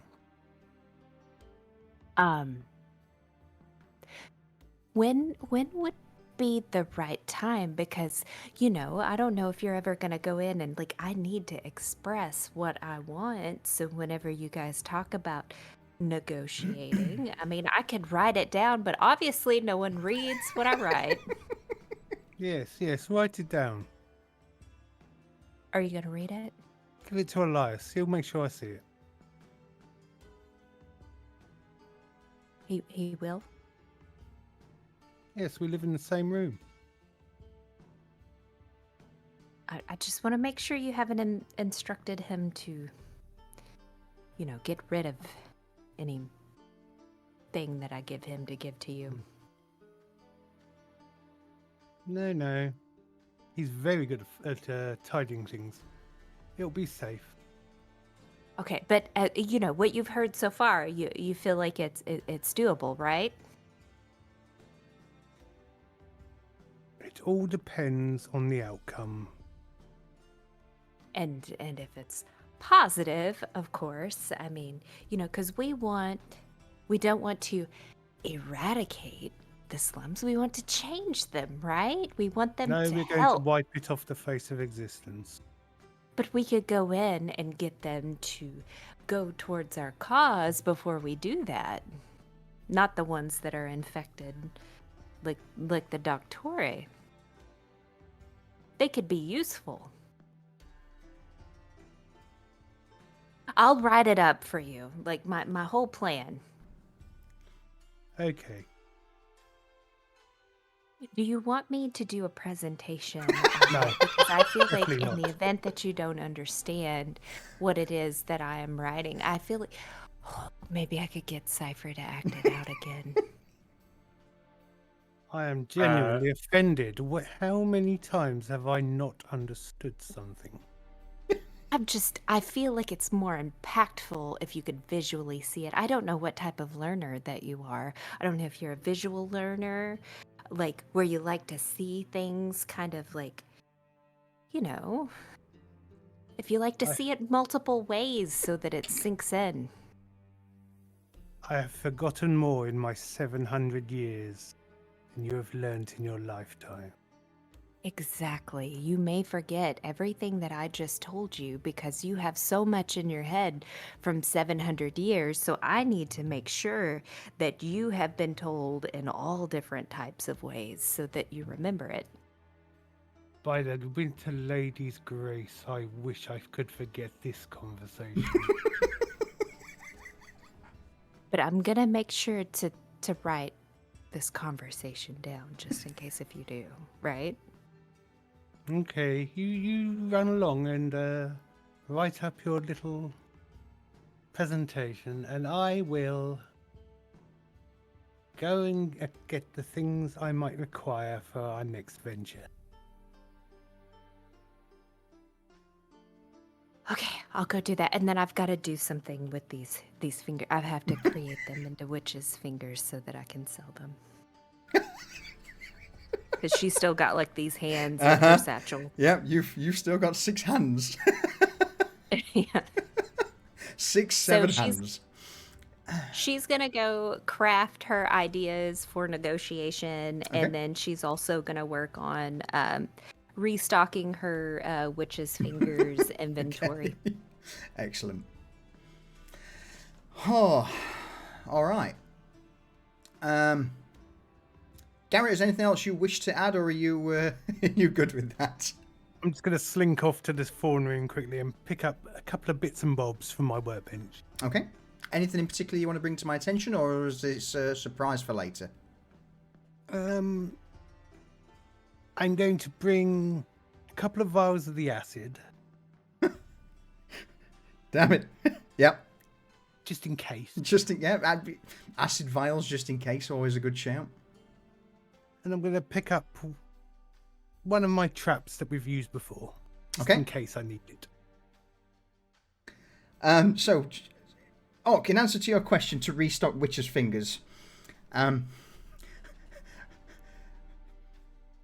put you in touch with a hag that I know. Isn't that right, Vanya? Not a rational one. She's not a rational hag. It's certainly not rational.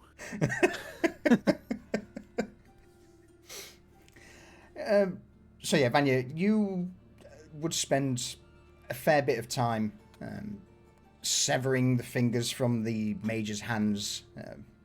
In fact, what just as a very brief overview, how would you make a witch's fingers? This is something you just imbue with magic, or is it thrown into your cauldron, stewed? I'm gonna say it's a combination of both, and so she's gonna go down to her lair of where she's at because she needs privacy to do this, and she has somehow gotten really, really good with like a sharp knife to be able to kind of, take the joints and being able to detach the fingers from the bones because she's made several of these already to be able to put up to sell. And but she's gotten very, very good in her cauldron because you don't want to overboil them because you don't want like the skin to completely she's got a certain look about her witch's fingers that make them unique. She doesn't want the skin to completely like boil off and become tender and stringy. She wants to leave some of them on there. So it's really a skill because she's got it down to maybe they stay in there for 2 minutes just so that they become al dente. Nice. I bet you paint the nails vivid colours as well, don't you? Yes, and I think it's she gets a sense of I love that, Garrett. Yeah, from the personality of the finger that she has, and that's going to be the personality of the color that she puts on that fingernail. So it could be purple or it could be a vibrant green, but all is going to give you a sense of inspiration. Nothing that is going to be something negative, but it's going to be a color that kind of makes you feel happy and inspires hope. I love it. I don't know. I just feel like as far as mages go, like, Cypher, Reza, everybody, it's like they're like the equivalent of someone who's gone to university. And then there's Vanya, who's like the equivalent of someone that's gone to become an esthetician. But she's damn good at it. And like your skin has never felt better after she puts her fingers on it and exfoliates it. And on that topic, Necromage, an apt name. Thank you for that follow. Coming in at the perfect chance. when we're talking about severed fingers boiling in a pot. Excellent. So, if there's nothing immediately pressing that you all need to do now, I'm going to call the last break because you're about to have a sit down and listen moment from the DM. Okay. It's going to be one of those scenes. Yay. Mm-hmm. Before that, Yeah. do we have enough time to have a short rest? How long are we waiting, or is it like not an long. hour or No, two? this is going to be Oh, okay. 2 or 3 hours worth of waiting. So yeah, definitely not enough time for an 8-hour short rest. Sorry, no rest for the wicked. That's all right. I'll do something else instead. Okay. Oh. So yeah, we will be right back, folks. I'm just going to go and fill up the drinks bottle. But for those who are new, we play a little harder with the rules. Short rests are 8 hours. Long rests, basically a full week of downtime. So it just allows us to space things out a little bit more. I wouldn't say realistically, but for how our campaign is paced, it works. But yes, drink, folks. We will be but a moment, and then you get to listen to me rattle on of the aftermath of that conversation. Be right back. Hoi.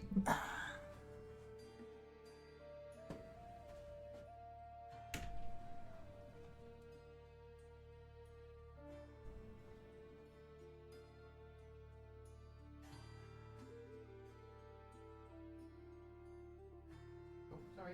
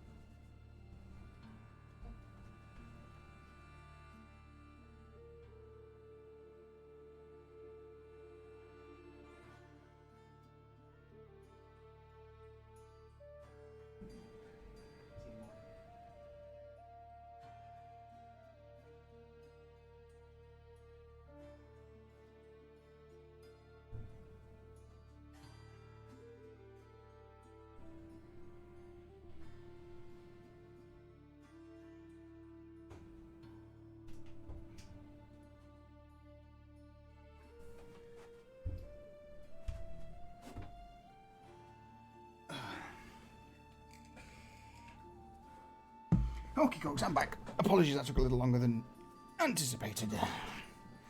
Oh, Welcome back. that.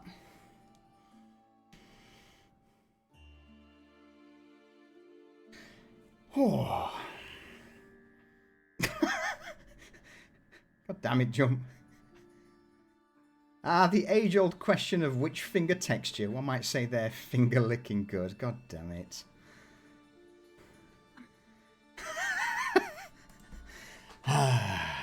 Good old cacophony. Okay. Are we all back? Indeed. Yeah. Excellent.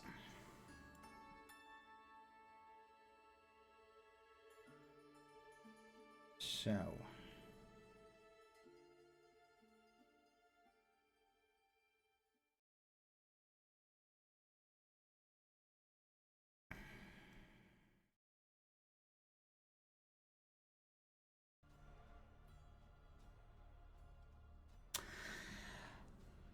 Somewhere else in the city.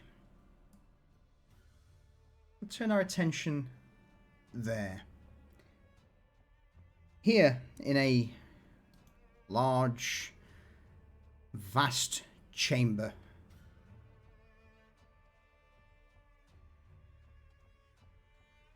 It's black for a reason. In a large, vast chamber, a huge stone stairwell leads up to a pedestal. A multitude of statues seem to force their way out of this stone in a macabre, horrific display of opulence. Various braziers and lanterns line the room with a multitude of chairs and thrones. This is the center of power in Novostoya, the Crimson Court. Striding up the center of this chamber, a woman in a long black dress, bedecked with jewels and other finery, is Countess Catalina Vulpescu.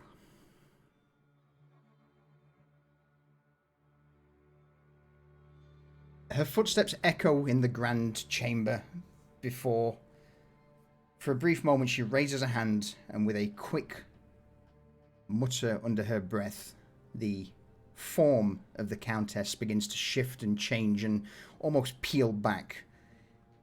Crackles of arcane energy as the disguise self spell wears off. A voice, gruff and powerful in nature, rings out towards this newly revealed form. A man sat on the central throne. "Ah, Countess. It is rare for you to call such meetings. Normally it is I who would be doing such. The others are assembling as we speak, so I'm very much aware and look forward to what you're about to propose. It's always entertaining when one such as yourself comes to us with a proposition." There's a sly grin from Countess Vulpescu as she bows a head respectfully towards Grand Duke Koshevek. "Well, Grand Duke, you know me. I don't like calling these things unless I have something oh so interesting to give you. And I assure you, what's on this little docket for discussion today, you'll be over the moon."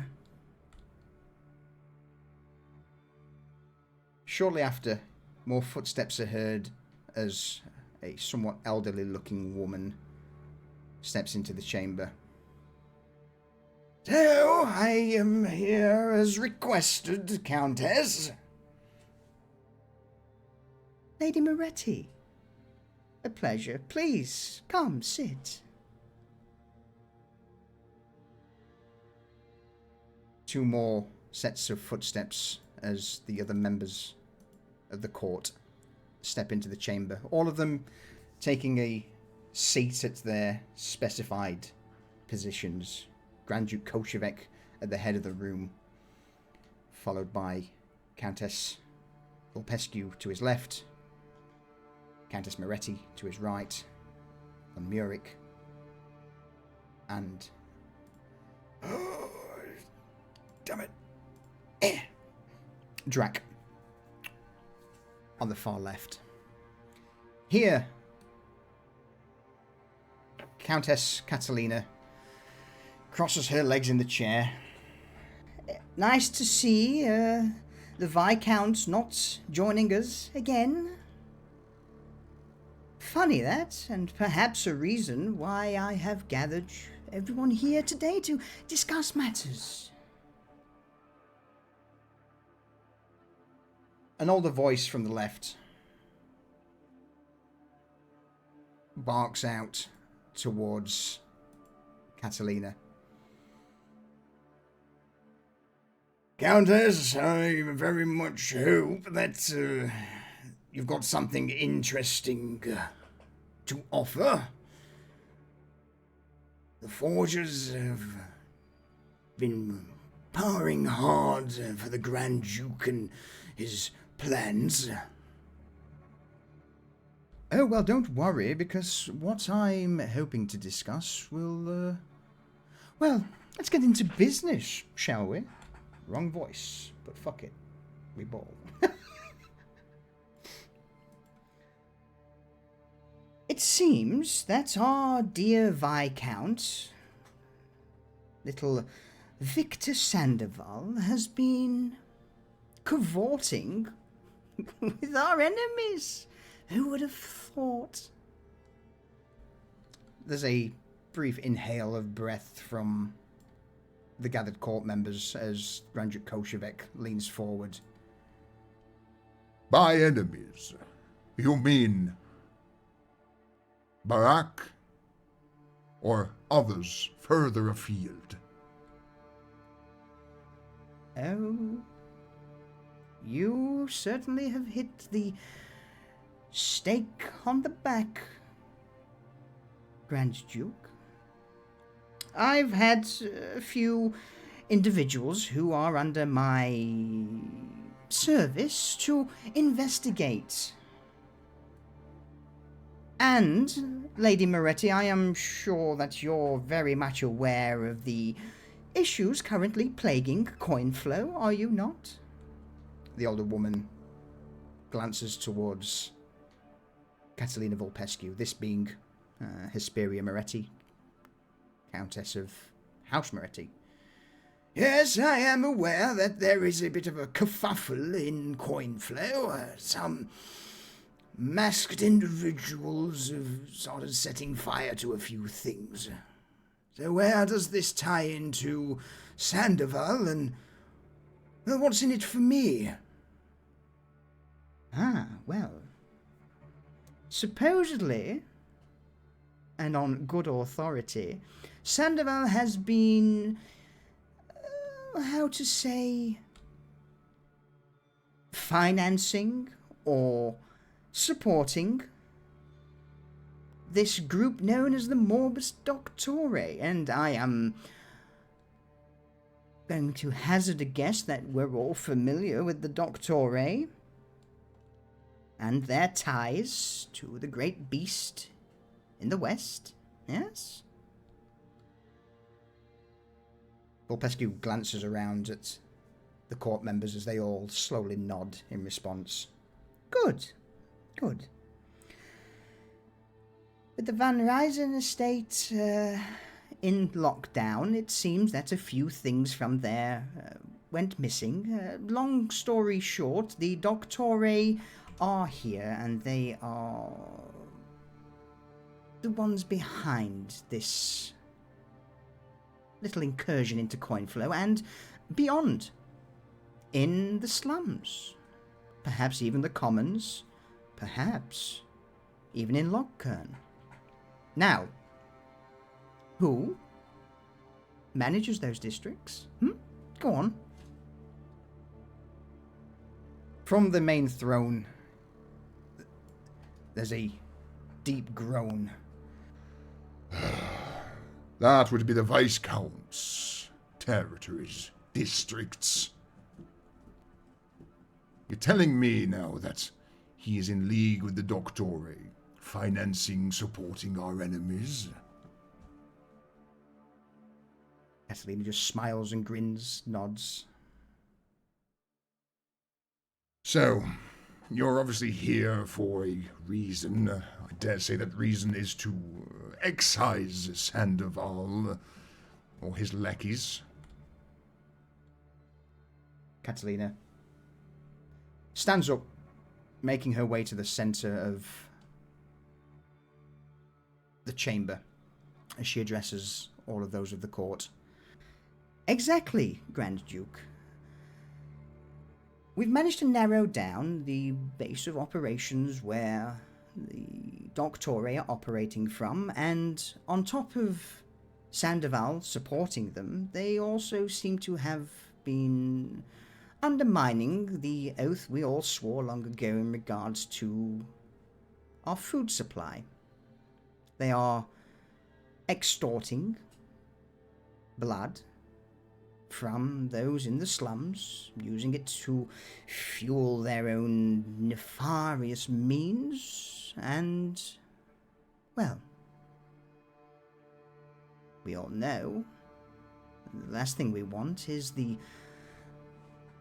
blood of the lesser livestock to taint our own supplies. On top of that, the ties to the grazer in the west is unfortunate. The last thing we need is an outbreak of the pox here. Wouldn't you agree? The court nod. I can send in my servants to cut the head off the snake, as I believe they said. But for something of this magnitude, we need to rip it out, root, stem, dig the earth from beneath their feet, and discard it. Now, it's a huge upheaval to the city, absolutely. But when all of the slum dwellers are under the sway of the Doctore and Sandoval, that to me sounds like treachery. As if Sandoval is plotting to usurp your Grand Duke's position, to take his place lording over us all. Why else would he make a deal with those from the west in the Barak? Couple that with a potential plague, slum dwellers in servitude to the Doctore, then honestly, it's a rather bleak picture. Wouldn't you agree? So, you are suggesting what? We just carve out this slum in its entirety? If that is the case, then what is in it for me? There's also another call as Countess Moretti chimes in.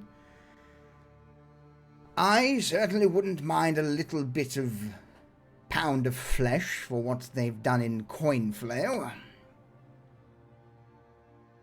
So regardless of your decision, Grand Duke, the scouring of this Doctore and their minions, I will back, along with a condition. Sandoval must pay for this, for their treachery. And I agree.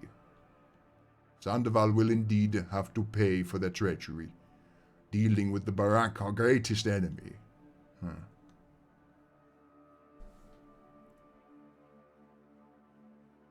There's a moment where Countess Volpescu then dives in. Well, how about this as a sweetener for the deal for all involved? You, my Grand Duke.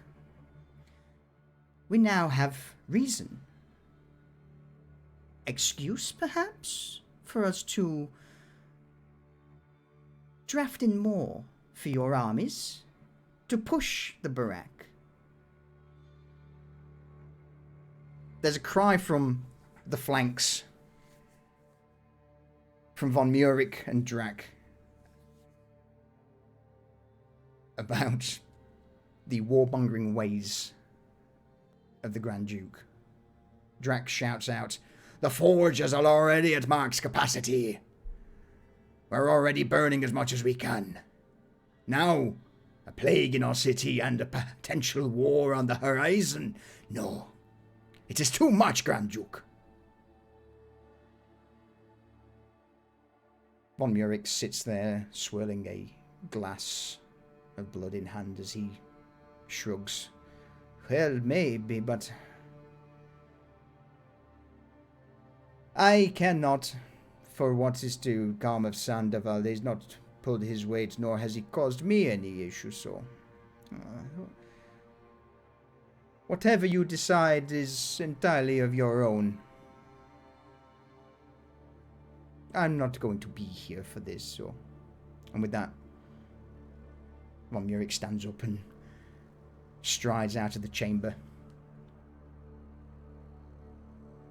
Drac exhales, nods. Very well.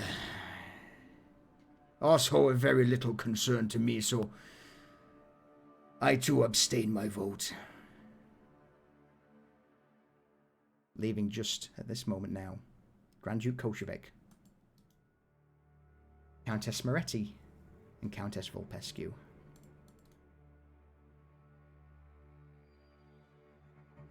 With a wide, wicked, sly grin, Countess Volpescu turns to the Grand Duke. So, with that said, here are the benefits to scouring the slums, and perhaps enough reason for us to remove this traitorous scum from our midst. The first being the town of Dirk Town, slums where this Doctore are operating from. We scour it to the point where nothing lives, nothing breathes. Then we have a large swathe of land where we could perhaps construct a new dock. Something for the warships. It is guarded by the Dirk Town Fort and the Sea Watch Keep. Also close to the military garrison, it would be perfect. From there, if there is a dock sectioned, my lady would also perhaps supply coin flow. But I hear you ask, how on earth would ships and boats get to coin flow? Well, that is where we pluck Logkern from the Sandoval hands, Lady Moretti, and we gift it to you. Then Logkern and Farwater become a hub, a hive of seaborne activity for you, Grand Duke. Anything that needs to be supplied can and will, with none other to interrupt. The Grand Duke nods. A sound plan, but commons and the slums. I assume you wish to claim ownership of those, Though I don't know why you would want to do so with such little to offer. A dismissive hand is waved by Countess Volpescu. Mine? Oh, by no, Grand Duke. I don't want those. They're far too out of the way, it requires far too much work. But what I would suggest, your behest, of course, is that I appoint perhaps a steward, someone who would monitor the districts until we find a way to divide the districts or uplift them. The old woman, Moretti, chuckles for a moment as... So you wish to put one of your pawns in charge, and by extension, have claim to the commons?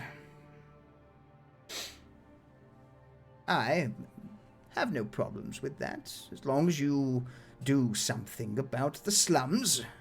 Last thing I need is some dregs making their way into coin flow and causing a ruckus there like... She motions and waves a hand out. Like what is happening now, under Sandoval's control. I will not send the merchant guard in to assist, as they are far too busy scouring whatever remains of these wretches from coin flow, but I can certainly foot the bill for materials and supplies for the construction of docks. Your assistance is appreciated, Countess. As for you, my lord, all I ask for is the permission to mobilize a military exercise for the wardens and perhaps a test for the Sanguine Academy. it is rare that those of the Academy get to engage in wide-scale destruction. And for the Wardens, it would be a experience in containment, because, let's be honest, it's been a while since the Dead Man's quarantine was last looked into, so... Grand Duke Kolchevek nods. Very well. I will give you permission to mobilize some of the wardens to act in kind of containment measures. As for the Academy, you dangle that in front of them that they can go wild with destructive magics, and I am sure they would snatch your hand off. Very well. When this is all over, Log Kern will be handed to Moretti. Commons will go into temporary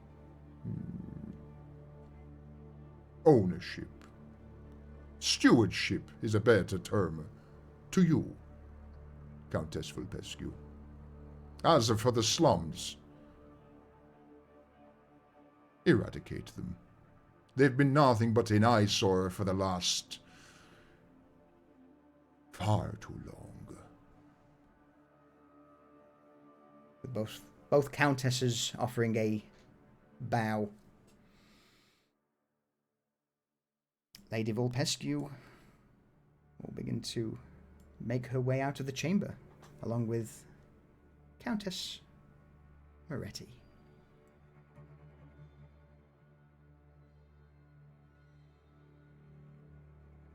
At this point, several hours have no doubt passed, as it no doubt took the court a while to convene. There'd be pleasantries and bullshittery afterwards.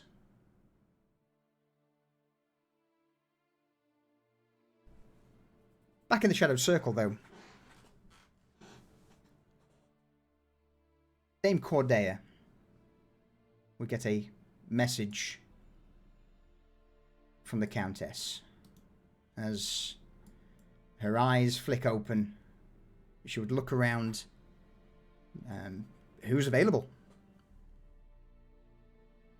Marissa is still sitting in the room, looking at her magic notebook. Yeah, Cypher's still lingering. Okay.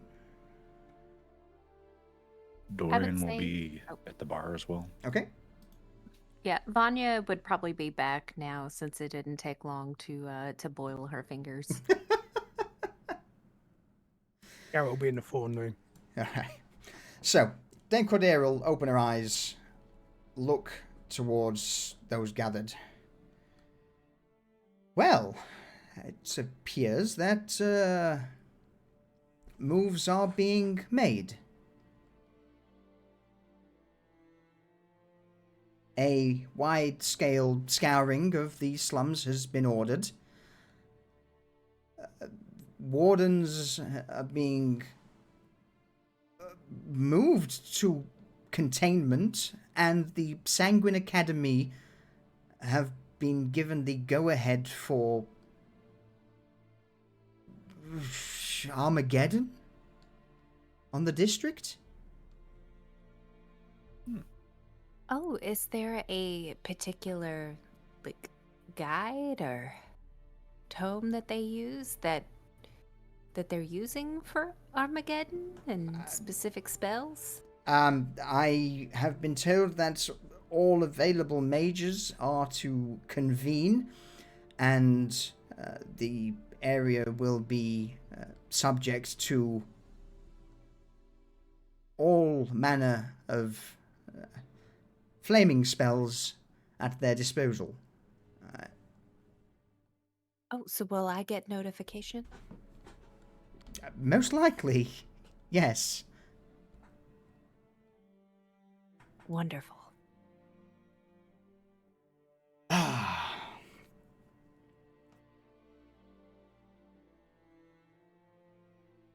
Do we have an ETA? How long do we have? Supposedly about 8 hours, just shy, is when it begins. So we will have to no doubt move in 4, because the Countess has told me to tell you, go in and ahead and make sure the leader of the Doctore is exterminated.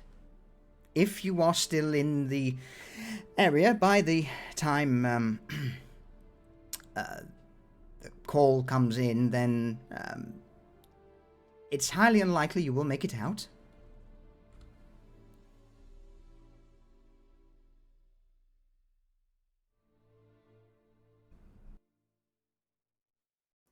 Wonderful.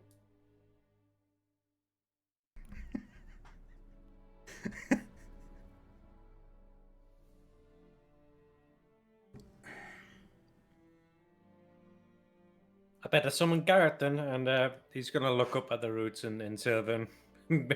He's going to say, Elias, summon Garrett for me. In the Thorn Room, Garrett, there would be a tap on your shoulder, the creaking of roots, and you would instinctively know that they need you in the bar. I tuck a few choice things into my bag of holding. And with a wry smile, walk out and join them.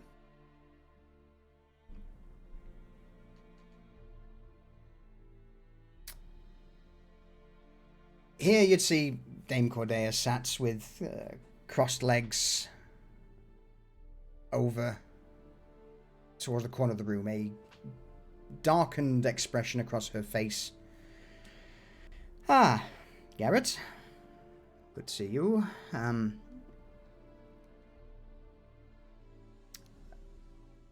Apologies for the terrible news that you are about to receive.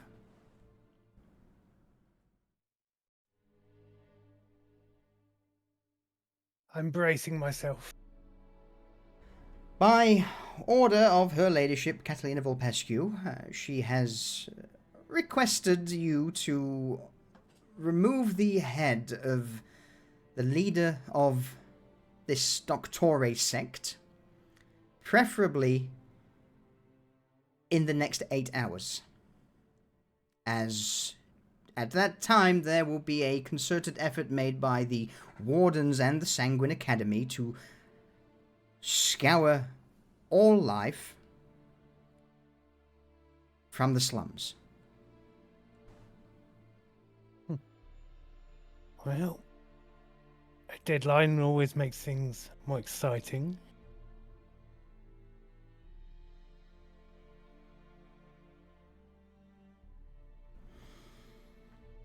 It will be done. She offers a nod.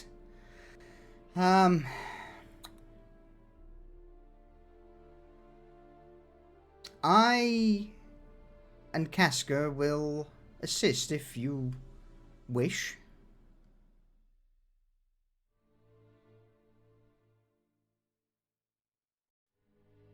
The call of battle that strong.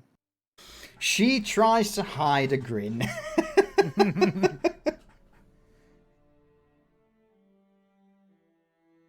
You are welcome both to our supplies should you need any, Reza says with a matching grin.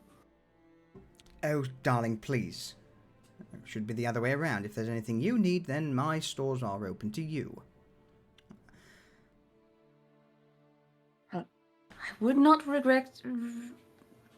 neglect my responsibilities as host in this instance, my lady. She bows her head. I have a few choice items in Vault. I can make my way there. That may be of assistance. Is there anything in particular you feel you're lacking? Granted, these are on loan, not to keep. In my case, the only thing I'm lacking is a good night's sleep, but we'll sleep later when everyone else is dead, yes? Absolutely. Question. Would she I'm assuming she would let us know whenever the eradication Mhm. is about to happen. Would Vanya have time to get as many contracts as possible? Depends on the party. It depends on how long you want to. You've got a deadline of 8 hours. It's probably not a good idea to be in Dirktown if During the firebombing of Dirk. No, yeah, I don't want to be there whenever that's happening, but it just seems like a waste to not be able to rip some contracts up immediately after you get them. So are you wanting to go into Dirktown and get contracts? Is that? I mean, if they're gonna wipe out everybody anyways, I might as well get some and just That's rip dark them as up. fuck. I'm on the way to go kill somebody, get some contracts, immediately fucking just... I need some spell slots back. I'm just wondering if I have some time. You've got 8 hours. You've got to go to Dirktown. I am happy to do some RP with you on that in Dirktown on the way. Yes. All right. Is it? Oh, Well, we know who I the think we advanced should party is do going to this. be. Uh-huh. So I'm going to say that while Reza has been studying and working in her spellbook this whole time, she has completed Arcane Recovery. Ooh. To recover Ooh. a first level spell slot. Look at you. Yeah, wizard shit! Look at you with your wizard shit.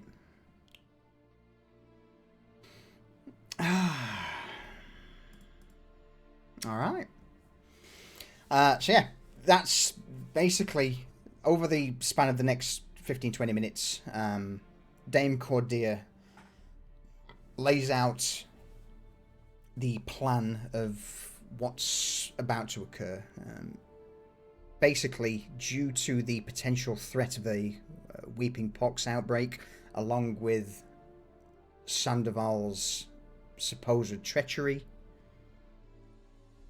and ties to the Von Reiser estate in the High Seat district, it seems that the Crimson Court have, she says, unanimously agreed to basically wipe Dirktown off the map. Details. Yeah. But yeah, in a nutshell, wardens are being mobilized from the military garrison en masse. We're not talking a small group. We're talking An actual legion. An actual legion of wardens are being summoned. On top of all available mages from the Sanguine Academy will be drafted to carpet bomb Dirktown. NH, hello, welcome in, Raiders. Welcome in. You've caught us at war crime time. Yeah, you've caught us at a good bad time. Typical D&D. At the best time. Yes.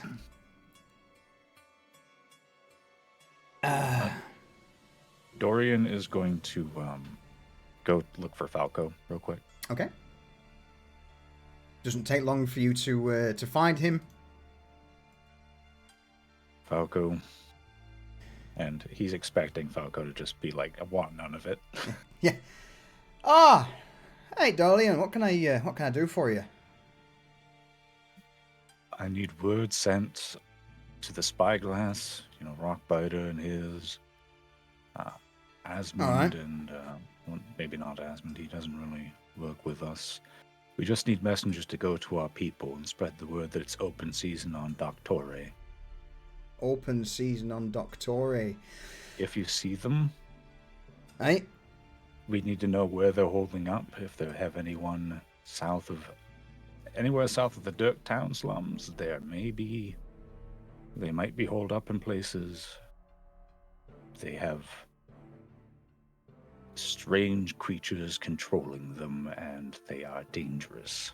We need to find them and, if possible, eliminate them. Alright. Fuck's sake. Can't you And ever on come that to me with, like, Falco, here's a vase with some flowers, or, here's a bottle of fucking booze. Instead of, shit's fucked.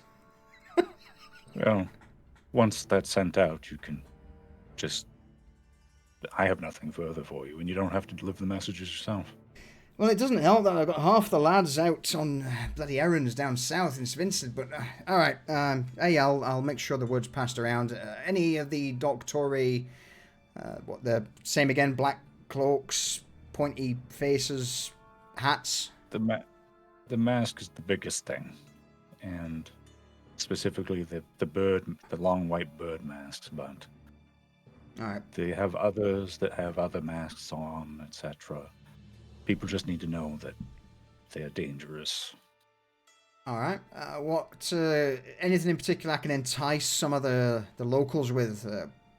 Have I got a budget to allocate if it's hunting season? Yeah, the locals tend to work their best work when you waft a bit of coin under their nose. Well, I agree, but we're letting our people know, and the impetus is that they want to use them as hosts for things that are going to eat their brains and essentially make them into puppets. All right, so that changes things. So we're not just curb stomping freaky masked men with. All right. I don't want. Yeah, this is a notice. You must defend yourself and to be wary of anyone. Why can't we just have like a normal day here in Nova Stoya? Just I don't know, a swarm of fucking pigeons or. Yeah. Never such a thing. Never such a thing.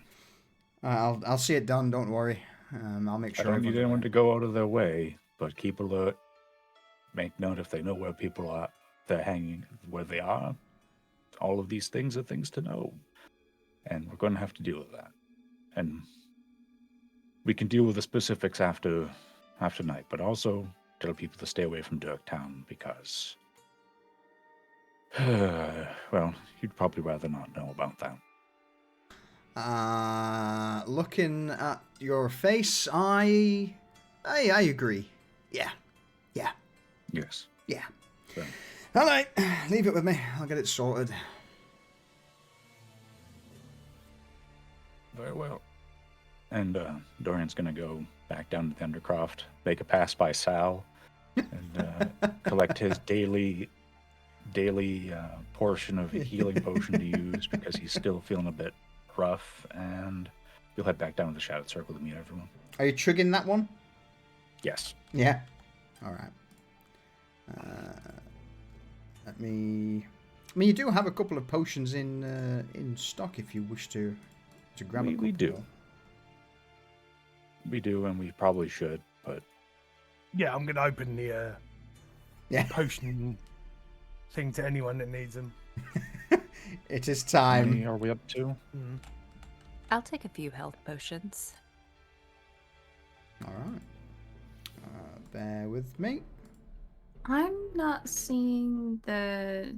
Didn't I have healing blood potions? Am I misremembering this? You did, I believe. Yeah, you took some from the Bloodworks. Okay, I don't see them in my inventory. That's because you got them before Foundry Reset. I've got a few. reset. Yeah. Hang on, bear with me then. Let me. Yeah. The last thing that Dorian's going to say to Falco Mhm. is for every authentic Doctore mask. If they need an additional incentive, there'd be a silver coin for each one. Silver coin for the mask. All right, consider it done. I mean, I'll not let it out. I'll not let it slip, but yeah. The mask, let's just say the mask is definitely proof of death. All right. Let me sort Reza out with this quick. Do you There you want go. to do a murder? Oh dear. Okay, there you go. That's there for you, Reza.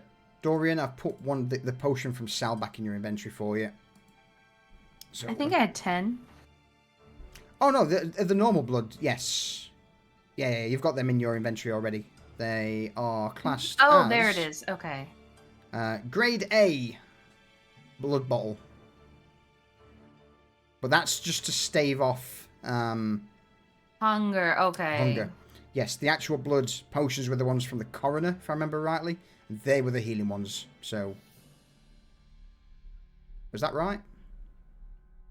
I thought Yeah, there were. I'd used all of those. Cool, you I have don't- done. No, Well, I'll let you keep one. we'll figure it out later Yeah. after the session. Okay, so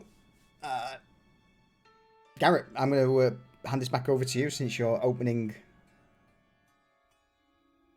the stores. Mm-hmm. Should any of you need any healing potions, come to the bar. Reza will go up to the bar and grab 5. Vanya will go up there and grab as many as Garrett will let her.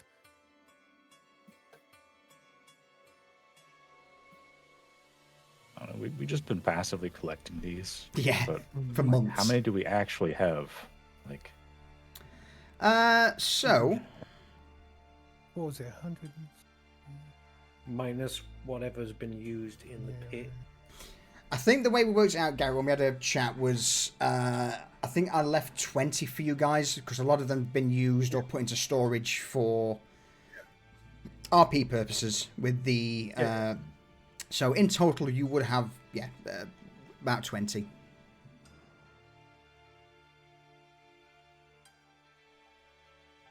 And if I do a roll with Reza, for that, I put that as temporary hit points, right?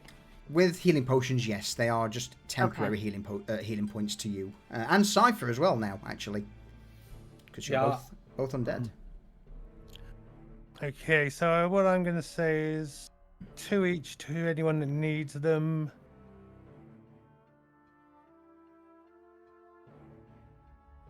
What's the werewolf's name? Casca. So, Casca, do you need any? She looks over. No. I have a few things of my own that I, don't worry about me. Understood. Dorian will take 2. That's good. That's more than enough. That's a lot. Yeah, Reza will take the 2 Garrett mentions, and she'll drink 1 now to get some temporary hit points. Those last till a short rest. Yeah. Yes. Cool. Yeah, Cypher will chug one. Are those... Sorry, is it the 4d4 plus 4? Yep, 44 plus 4. I mean, I can give you the put the actual potions in if you want. Yeah, just put the potion in if you don't. Bear with me. What I will do, I'll make this Oh, don't easier. worry. I will throw it in your stash. So then you've got Oh, them lovely. to hand.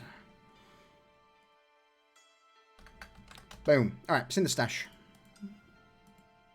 So I think you should be able to drag them out of there into your character sheet.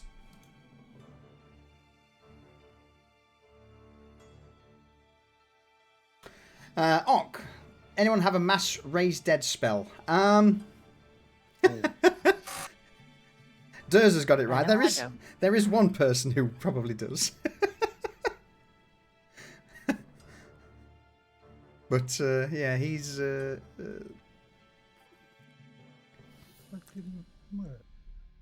what's up, Gary? I was just trying to roll that potion. It didn't do anything. Hang on. I think it's folks because I pulled it out of the wrong thing. Go on, Where Vanya. do you have the stash? Is it in items? Where do we pull those out of? So in the top right tab, actors, go to players. There should be stash, the shadow circle. But yeah, just.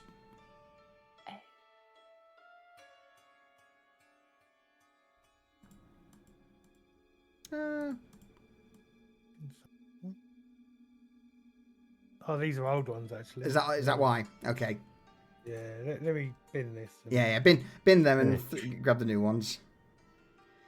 So for those, the reason we're having a little bit of issue, folks, is I did a mass refresh of Foundry pretty recently, where we upgraded to the new 2024 rules.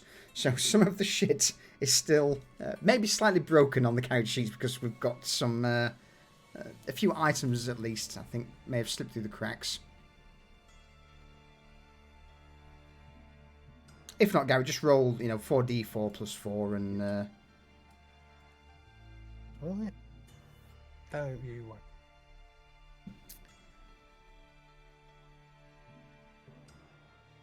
Anything else anyone wishes to do whilst everyone's currently chugging health potions? Yes. Go ahead. Something Sci-fi hasn't done yet. He's going to find himself... He's going to get away from everybody else from the bar. He probably just jumped down into the middle of the pit because that's where they are at the time. And then he's going to harvest some souls from his phylactery. Oh, okay. And as he has a full phylactery because he fucked around with the blue fucking magic things, he is going to replace 2 third-level spells and 1 second-level spell, leaving himself 3 charges left in his phylactery. Holy shit, so you've just chomped through pretty much all of your stored souls. 24 human souls turned into fuel for the fire. Alright, what does this look like then? As extract souls from your phylactery? So his ring glows bright red. It's blindingly white, and then you can. Well, I don't know if everybody'd be able to see, or just the undead in the. No, I think everybody'd be able to see because this is a pretty egregious thing. This is absolutely This is yeah, profane as fuck. yeah, and you literally see like human forms, like bright blue human ethereal forms, get dragged up out of the ring, and then just Cypher sucks them in his face through his missing eye socket and in his mouth. They go in his ears, and he just absorbs them. He's like, as he just consumes all of these souls.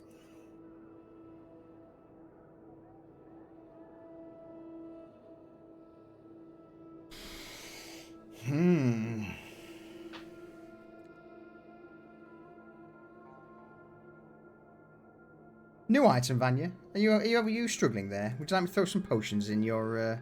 Yeah, I don't know what the hell I'm doing. We'll talk about it later. It's all good. We'll do some Oops. We'll do some working instructions. Yeah, I'll get you I'll make you a presentation. I appreciate it. I'm gonna need a WebEx and a PowerPoint. We'll have to have someone act it out for you. Yeah. Yes. Yes. There you go. You got Needs to be compelling and very dramatic. Oh, do you doubt my acting skills? Not at all. I'm sure it will stick. It will. There you go. I've put them in your inventory for you. I appreciate it. Thank you. Cypher, have you managed to recover your spent slots? Yep. Okay.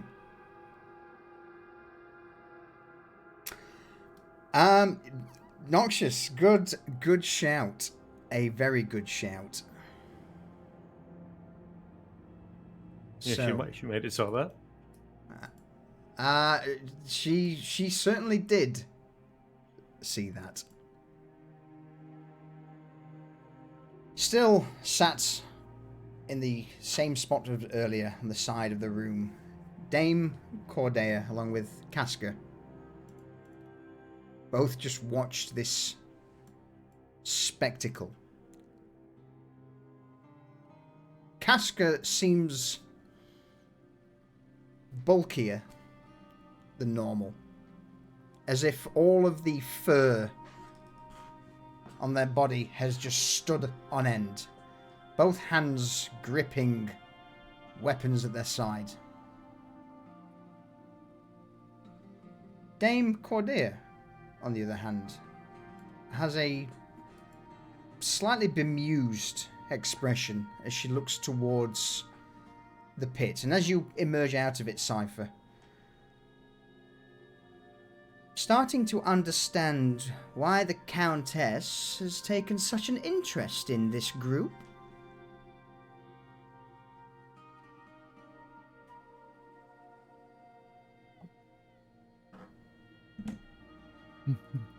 Nothing like a little bit of show and tell before battle. And judging by, and she motions a hand over the pit, I dare say the rumours of a green light that pierced the heavens several months back, you know something about, hmm?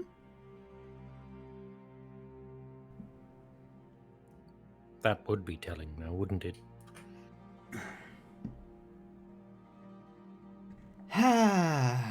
Sometimes it concerns me just how much the Countess knows. She is a spider in the center of a web. Nothing in this city moves without her knowing about it.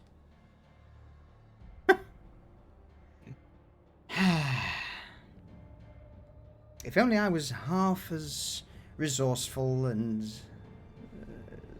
clever as she was.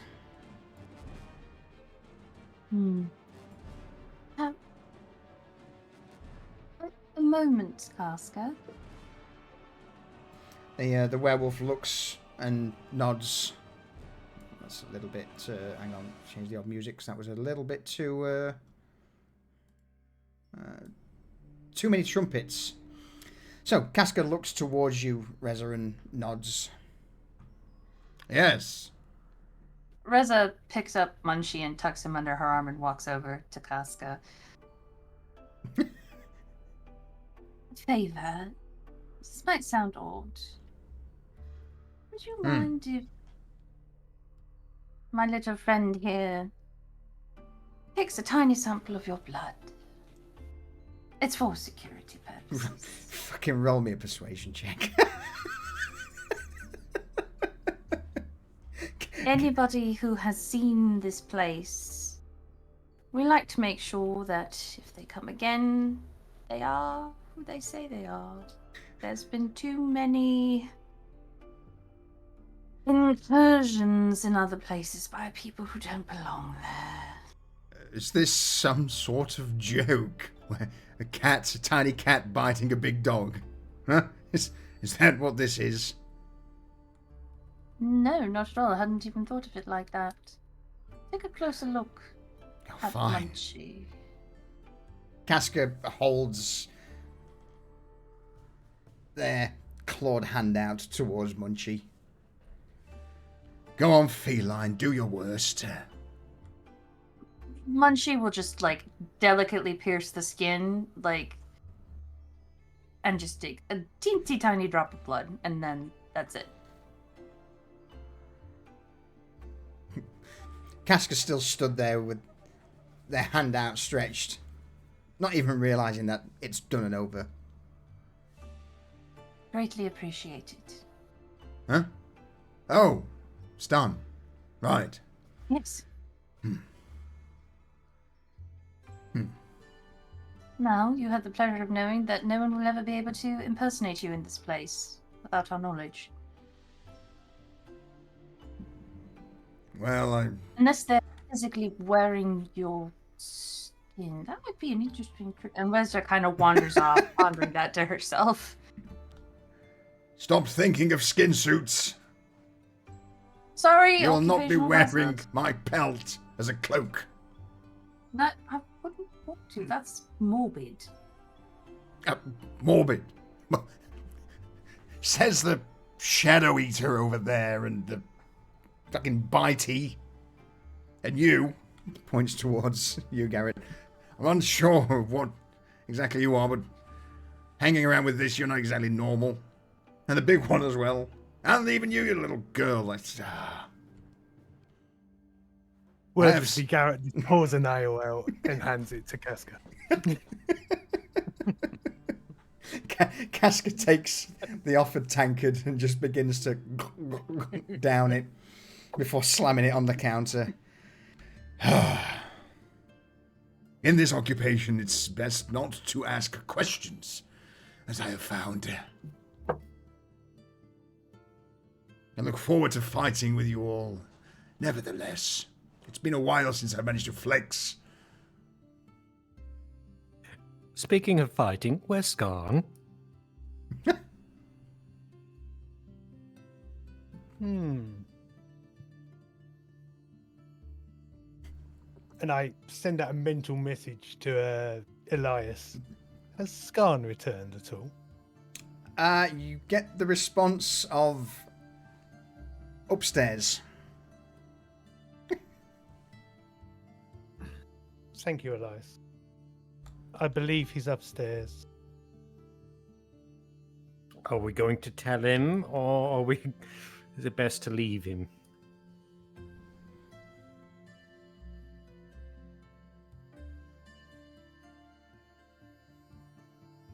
He would get pouty if we left him behind. Yes, but if we bring him down here, he will most certainly try and fight Casca. Yes, yes. But then we could promise him he could kill whoever he wants in Dirktown.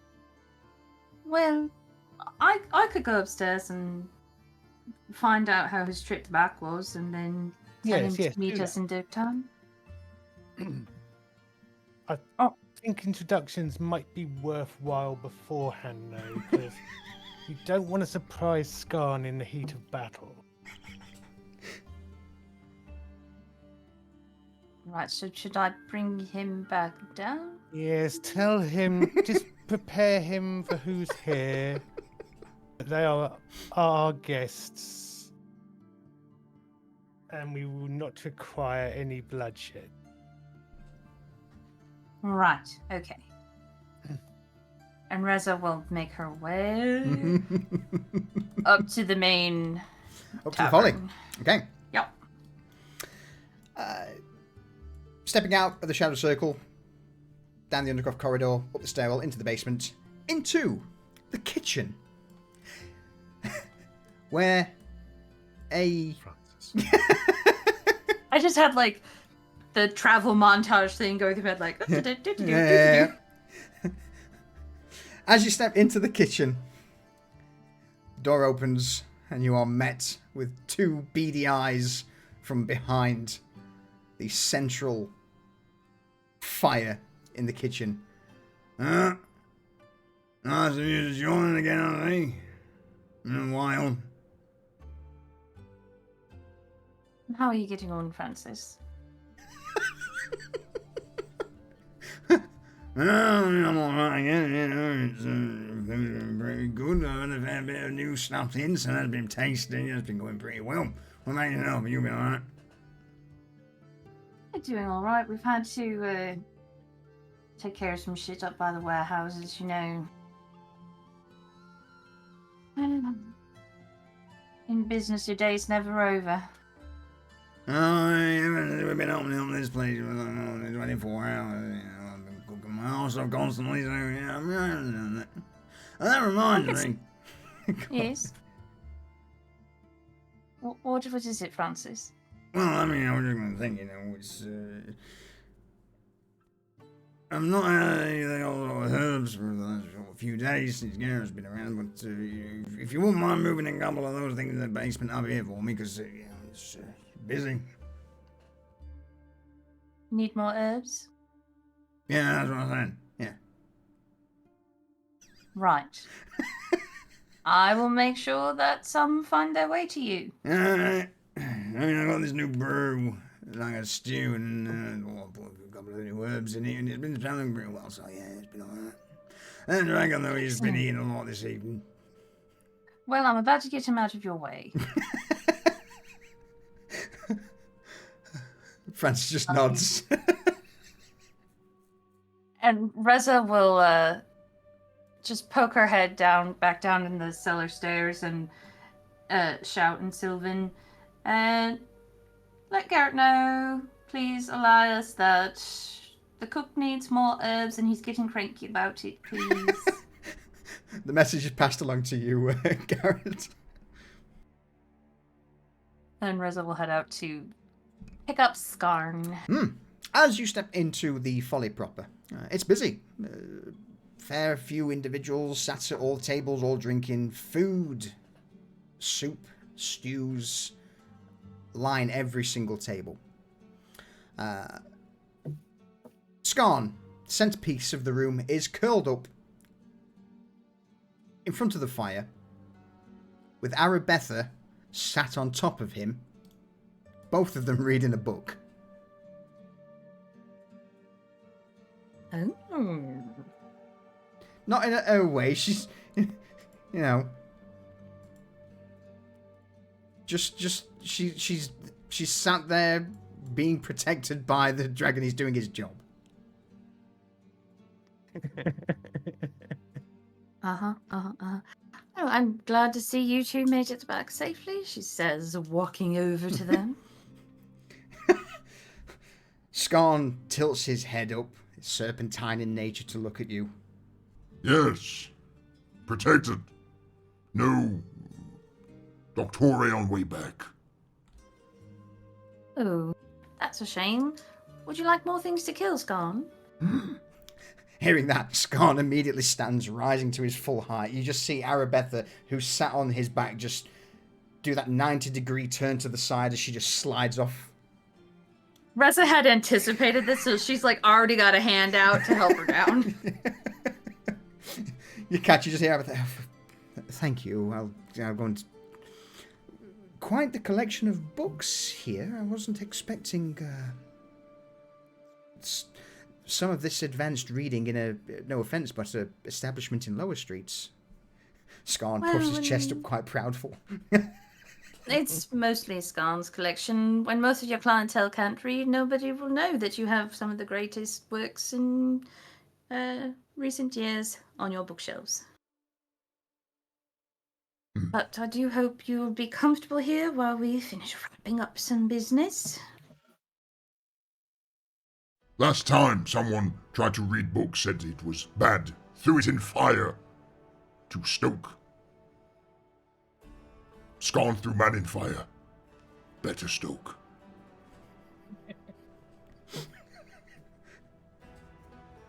There's going to be more of that before the day is out. Now, Skarn, Yes. we have some very important guests downstairs who are going to help with this. So I must warn you to fight your baser instincts and not fight the companions who are going to help us, but instead focus that ferocity, that rage on the Doctore that we are going to kill. Yeah? Yes. Okay. And she starts leading him down. Kind of like talking, like kind of the whole way down the stairs and like reverse travel montage back. She's like bracing him, do not attack these people. And then they walk back into the Shattered Circle.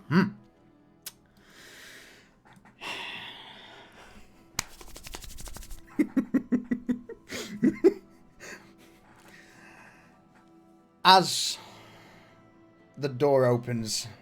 Reza, you step in first. Skarn ducks his head down to get through the door. And at that, the entire room falls silent as from one end, Skarn, who's just emerged from the door, snake-like neck and head locks on to the large brutish form of Casca. Casca, at the same time, snaps their head to look at Skarn, teeth are bared, snarling from the werewolf. Fangs from the Dragonborn begin to show as they both begin to stomp towards each other. Reza, since she walked in before Skarn, she'd be in front of him. She's gonna whip around and like grab his teeth and yank his head down to look her in the eye, or attempt to. Yeah. Oh yes. Where are you, Skarn? There you are. If you would be so kind as to roll me an athletics check, please, Reza. Uh-huh. Skarn, what was that roll? It's still enough, though. So Yeah. you start to yank, but instead of yanking down, you lift yourself up. Skarn's still strutting towards Casca with you dangling underneath his jaw. She just starts yelling, "Skarn, snap out of it," and like bangs her forehead against his snout.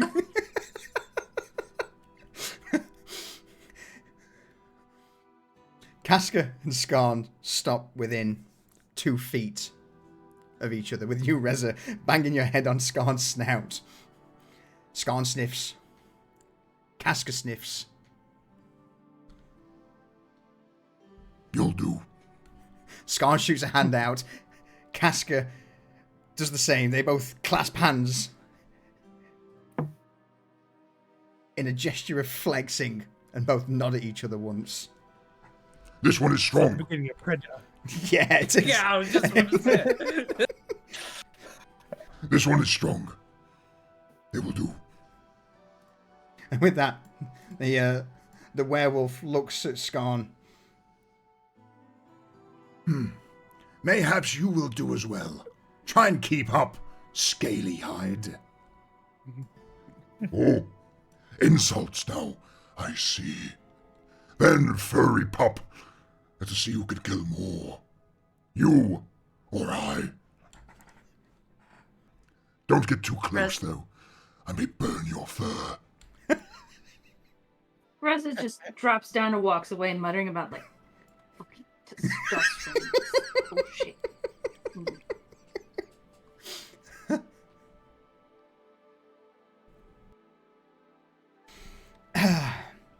At this, though, Dame Corday has already been rolling her eyes at this whole thing. Like, oh, honestly, though, Casca as... So we've got now a bloody werewolf and... Dragon... But no offence, and she turns towards you, Garrett. That is more dragon than born. Yes, he is quite, isn't he? He's also the champion of the Shadowed Circle.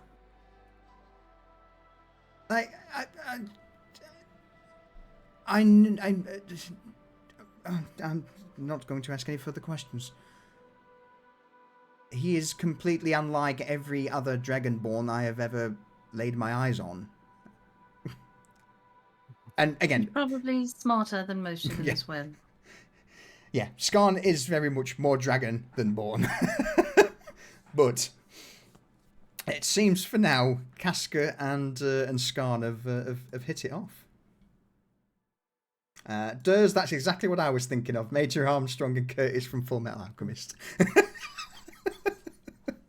little flash between them both. But yeah, it seems that you've got quite the party going into this. Well, when you have to absolutely positively kill everything in the room, take your big guns. So, just to reiterate, we have a vampire military hero, almost. Mhm. Their loyal, brutish werewolf bodyguard, a dragon that fights everything, a lich, a hag, another vampire, a demon dude, and Garrett. Garrett. Yep.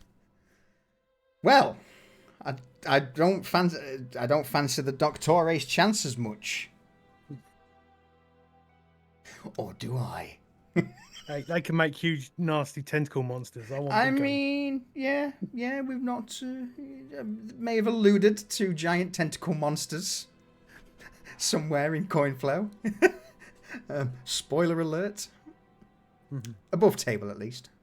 But yeah, you've got the whole gang together. Yeah. And whatever Garrett put in his bag of holding. Hmm.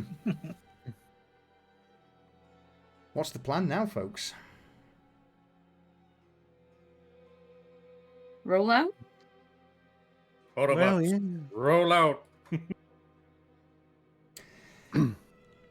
Well, I think we should give Vanya a half-hour head start to go and contract as many people as she can, and then we'll make a move. Yeah, she's gonna take some sisters with her to Oh, God. maximize. It's going to be amazing. Yeah. All right.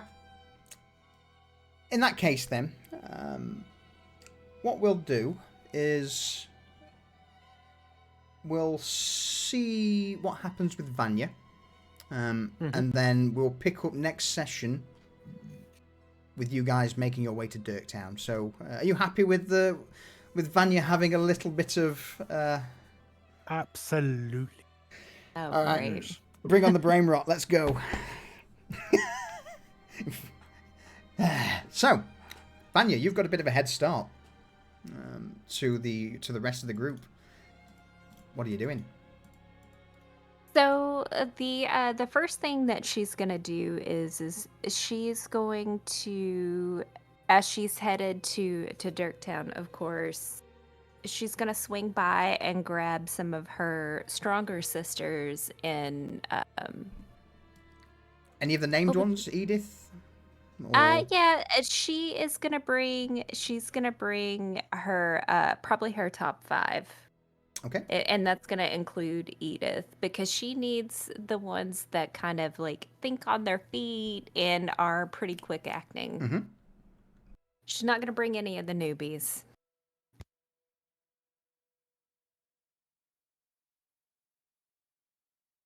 And Okay. so she's gonna gather them together and let them know, we need to gather as many contracts as we can as possible. But it's gonna be the ones who can also have like those defensive spells, Yep. and the magic wielding.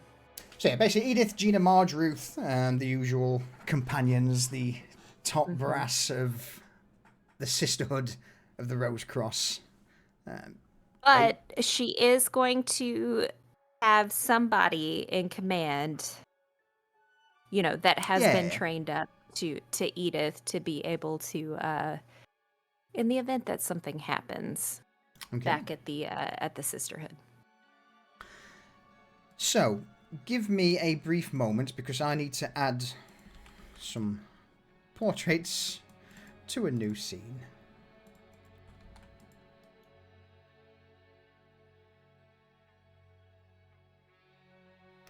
How are you making your way to Dirktown? Because last time you went there, if you remember, it was through the sludge and the mud on the outer. And are you dressed in your usual attire, or? We're gonna be dressed in our Sisterhood robes because we need to be recognizable. And the last time, that was the long way around, wasn't it? Mm-hmm. What was the short way around? Shorter way would be straight up through Polter District. and we're pretty well known in the Polka district. So Yeah, absolutely. I would think we're gonna go through the Polka district Okay. and not be dirty because we're trying to resignate a better life. All right. So, with your 4 main sisters in tow, you begin to make your way up into Market Row, then to the Polter District, and eventually reaching the bridge that crosses over from Polter to Dirktown. Now, what's the plan to get across? Because as you get close to the bridge, on the Polter side, there are quite a large number of individuals in basic armor, leather armor. It's a little rough and tattered, but they do have gang markings on their arms. You are aware that these are members who are under Falco's network, should I say. But they stop people from going into and out of Dirktown.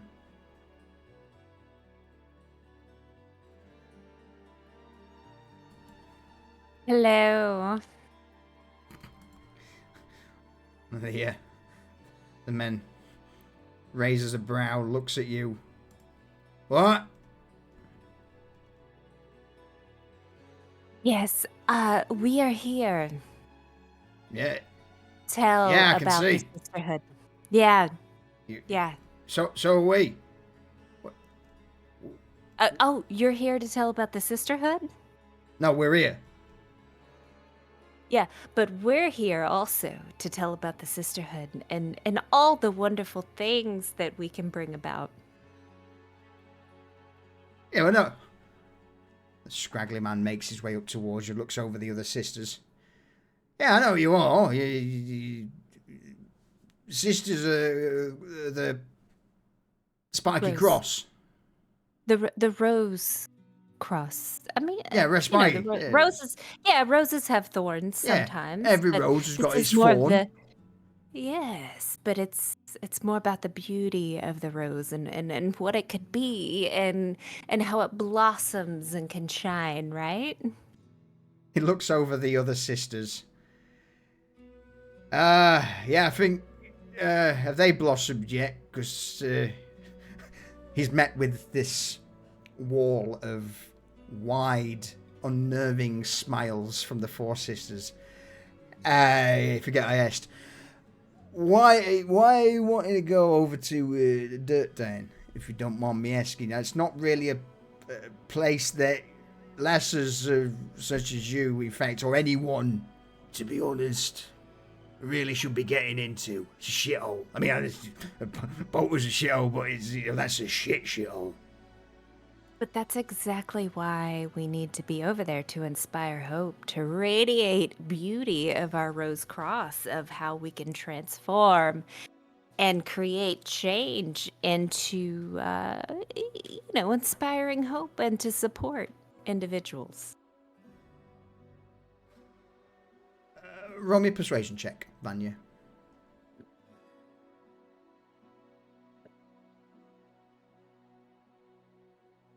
Give me 1 second. I mean, all right, it's all well and good, but you know what about hope here? You know what could I hope for, love? What could I hope for? Well, it's unlimited. What do you hope for? Love, my beautiful maiden. He looks down the row, scanning the sisters. Nah, maybe not. Good meal. A good meal. Well, we could definitely help you with a good meal. of food, right? No, that sounded very, that was very unnerving. Yes, fruit. Why? What else could you eat? Well, just, sometimes whenever you're not specific, things could not be as you envisioned, and you were eyeing certain things, so I want to make sure that that bread would fill your belly.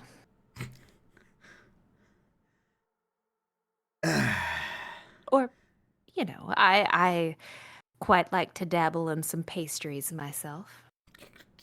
You know what? It's your funeral, sweetheart. The man stamps. Boys, let the crazies through. They want to go into Dirt Town. At that, one of the other individuals here casts a glance over the group and recognizes who it is. At that, before they do that, Vanya is, because Reza keeps her well stocked with pastries, she's gonna hand them out to the individuals. A somewhat younger man takes it. It's like, oh, you're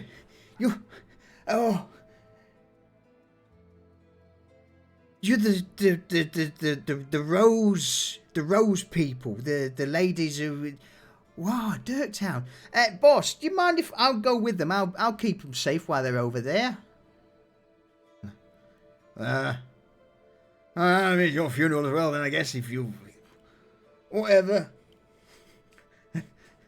And turning round, the man looks towards you, Vanya, and the best way to cheer yourself is to try to cheer someone else up. That's what I was told. That's what I was told by one of your sisters. So, I am here to cheer you up and make sure you get safely across into Dirt Town. There's a huge groan from the other gang members who are like, oh, for fuck's sake, he's into that shit as well. Alright, look. Joseph, it's on your head. Well, I really appreciate it because I think, and she looks him in the eyes and she says, because sometimes you must forge your destiny in the fires of despair. Yes. Happiness is not in things, it's in us. And with that, Deep within us. no! With that, he'll lead the way across the bridge. Several barricades are moved aside, and the last thing you would hear is the older gang leader just shout out, remember, if you're on your way back, watch out for the masked freaks. We're all under orders that to cave your heads in if you see them. Oh, they're not close by, are they? Oh, we've seen them. And as you're making your way over the bridge, the old guy's like, yeah, we've seen them over there. Every now and again, you'll see one of the fuckers. So they're in there. So Vanya will direct her group to avoid the area of where he pointed. All right. So this ragtag bunch, this scruffy, young-looking gang member, followed by 5. Are you wearing the same clothes as the sisters at the minute, Vanya? Yes. Yeah. I take it you've used your Troubadour's your refinery. troubadours refinery even. So yeah, basically 5 women in white robes, emblems of red, and the sigil of the Rose Cross. Step into Dirktown. Immediately, those who were on the Dirktown side of the canal clock the approaching group and start to run for shelter. Some throwing old linen rags over them to pretend to be asleep. More diving into the hovels and shacks and shanties of the buildings nearby, leaving as your last visit here, an empty street. She's going to turn to her group. Fear not, as they are very shy and fearful, and we will be relentless in our pursuit. And so she heads the group up to the first house and knocks on the door. There's no response. All right, we will not stand for this. And she signals towards the male individual that followed with them and said, "Kick the door in." Oh my god. Of course. I will see it done. And with that, the ganger takes his mace in one hand and shoulder barges into the door. It rocks for a moment as if there's someone holding it from behind, and he then steps back, boots the door open. The door splinters off its hinges, revealing a very panicked, weak, blooded-looking individual. Like, no, God, help me. Calm. Who are you? Hold him down. Who are they? The guy goes in, pins the poor beggar to the floor, and the four sisters roll in, all of them smiling. Oh God! He starts What are you doing? What are you doing? as they're holding him down. "I'm here to tell you about the sisterhood. I mean, not the the sisterhood and the Rose Cross." What's the sisterhood? Who's the Rose Cross? Oh, I'm glad you asked. For we are a group that believes that it's possible to live a life free from the burdens of stress and hardship. We're a community of individuals who support and inspire hope for each other to cultivate inner peace and live a life of joy and fulfillment. Are you interested in this? Joy? Fulfillment? Yeah, And your belly's full at all times? All times, not just when we Proceed. give blood. Yes. Yeah, Can you get off me now? I'm interested. Okay. Free him. Free him. The ganger steps off the man, and the rest of the sisters all start cooing around you. Like, oh, you've made the right choice. Oh, I was so happy. You've done so well. Oh, if you undersell yourself, you will never make change. This guy's looking bewildered, pale. He's like, right.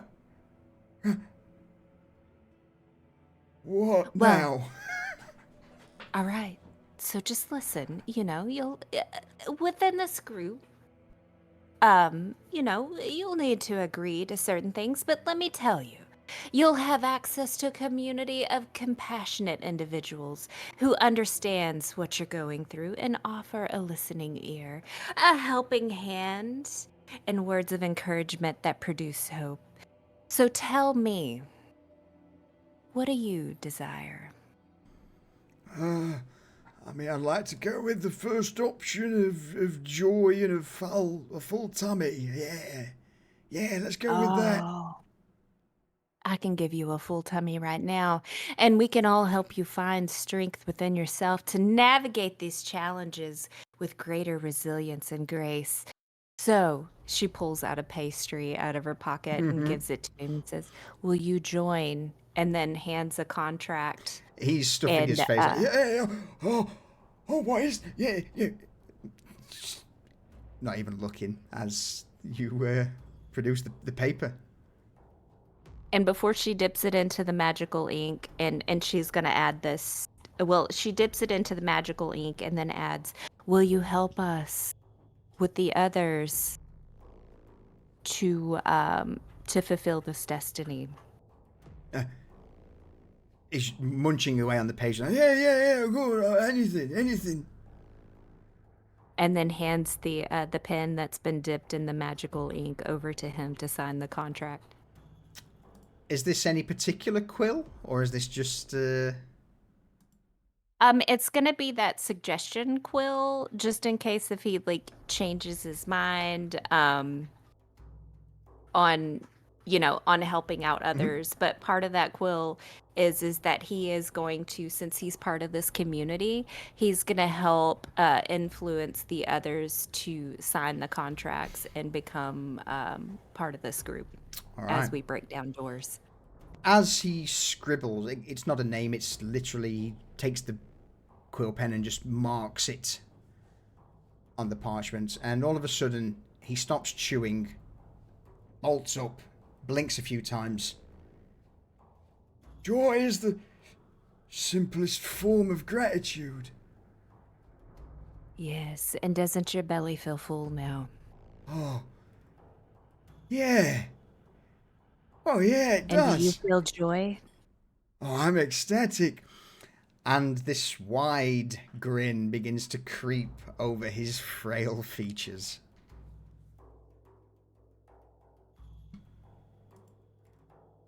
Oh, all right. I should get the others. Yes. We should. Yes, you should. We should get everyone. Lead us to where the masses are, and let's continue. Now, of course, let's stay in this area for now. But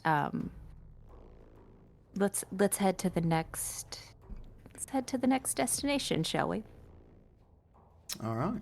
So, with that, he stumbles out of the house into the street and immediately throws his hands up into the air. These shadows are not your enemy. They are a canvas on which light can dance. Someone shouts out from one of the ruined buildings nearby. What's a canvas? Marcus, have you lost your mind? No, I've been fed.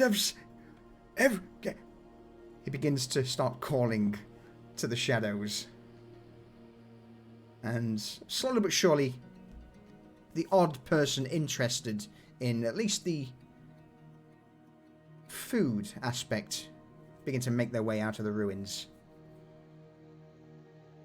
Over the span of the next 15 to 20 minutes, as you stick to this local area, Vanya, you end up gathering a crowd of about 20 people.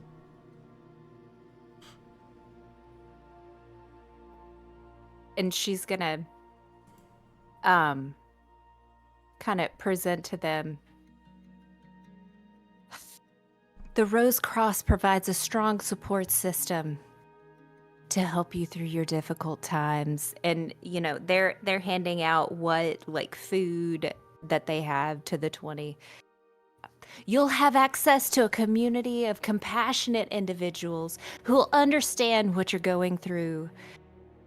Of course, we cultivate inner peace, developing healthy coping mechanisms. We can reduce the impact of stress and hardship on your lives. We can learn to respond to challenges with greater wisdom and compassion rather than allowing them to overwhelm us. Am I right? From a couple who have already signed contracts, they are nodding. Hey, she's right. Look, no blood drawn, and we're getting fed. That's right. In this moment, I will not harm you because you are a part of our group, and we will ensure that your desires are met. And the majority of your desires is a joyful and belly-filling experience for some reason.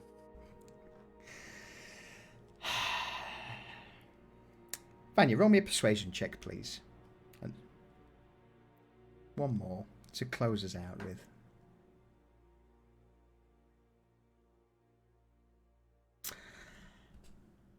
On top of the 4 people who you've already had a chance to sign from the initial meeting, and this guy. You'll get another 14. So 18 people end up signing contracts with you. 2 or 3 of the others are either too weak or just not interested, and end up slinking back to the shadows of Dirktown. But at this moment in time, stood before you is a 18-strong group of contracted,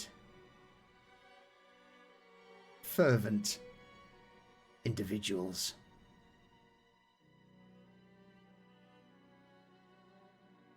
So with that, she would encourage them, just like her sisterhood, to continue on to convince others to sign contracts, and we would post up in multiple locations for them to come to sign contracts until the rest of the group was to meet up with them. Which won't be long, because they're only half an hour behind you. Because that way, you know, you've kind of created a network there to increase the contract signing. I think, just as I say, in the space of the half an hour you have before the rest of the group, so 18 is that's your Right, that'll be the max. that's your number. If you want the sisters to continue doing this work whilst the group goes down to deal with the Doctore, absolutely. But no, for in the half an hour you have before the group arrive behind you, 18's that's the top end you're gonna get. I feel like 18 is good, and she's gonna direct her sisters to head back to the headquarters because she doesn't want them to be there whenever destruction happens. Yeah. So, but go on. She will have, in the meantime, instructed the 18 to, since she is now like familiar with them, to await any instructions that she gives them. So she would have telepathically linked to them. Oh, okay. Oh no. So, it'll be now, with the time coming to a close, where you make your way towards the rendezvous point with the rest of the group, which we'll find out exactly where next week. Roll me a stealth check, Vanya.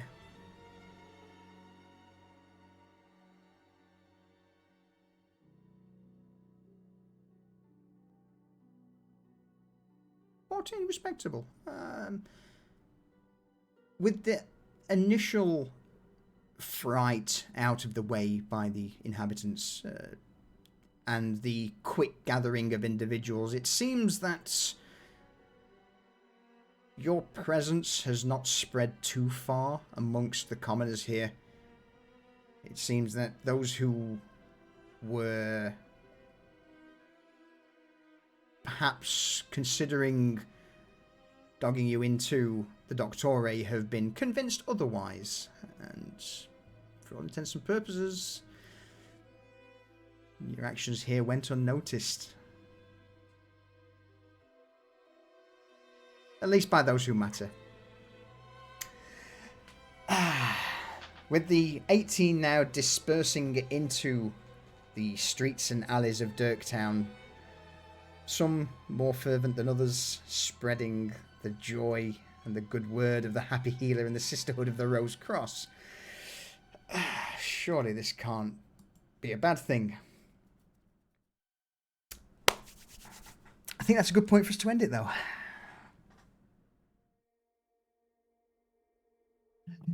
I think so. Kicking down doors of slum dwellers' houses to induct them into a cult is a great way for us to end. You say induct, I say force indoctrinate. What's the difference? Listen, she would have, if they chose to not, I mean, like, she would have just moved on to another house. She wouldn't have, she's not quite to the point of saying, oh, you know, you're done, you're out. Join the cult or go in my pot. You kicked his door down and held him down with 4 psychotic-looking women. It's just so that he would hear me. If after he heard my spiel he wasn't interested, I would have let him go about, and then we would have just kicked in another door. You're gonna sacrifice his life for power, Vanya. Don't fucking justify this to us.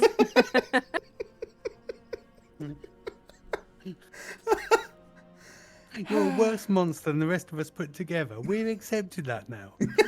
And hey, I see where Rayvon put, don't the contracts require free will? And that's why we held him down and explained the situation, and he was cool with it. Mm-hmm. Yeah. And used a quill. It was magic. Yeah. He signed of his The own illusion volition. of free will. The illusion of choice. He still chose to write and sign the contract. So, with it being free will, it's not exactly, you know. Again, it's they choose of their own free will, of their own volition, to sign it. I don't know. It just feels kind of dirty that she fed him with one of Rose's biscuits. That's all I'm saying. It was dirty. That's all that she had. Yeah. I mean, Thing is, in regards to, you know, a pastry for your soul, this part of the city, Ock, is the worst place imaginable. It's humanity. It is not even dregs. It's worse than the scrapings of the bottom of the barrel. Dirktown is a blight. Oh yeah, absolutely. I'm just saying, you know. Hence, Dirktown sounds like it's about to be Improved. flattened out. Get it? Cypher's not evil. He's morally flexible. Okay. It's not black and white. It's just grey. It is. It's all for the greater good. All The right. greater good. All right. Yeah. Let's call it there.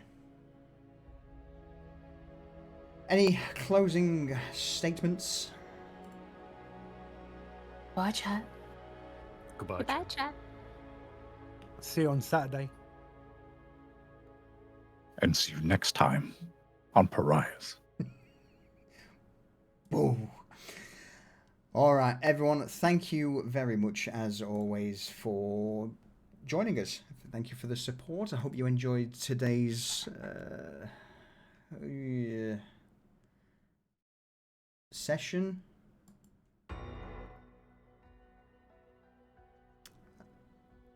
Aftermath of the fight of the Doctore, and now it seems we're basically scouring an entire district of the city off the map.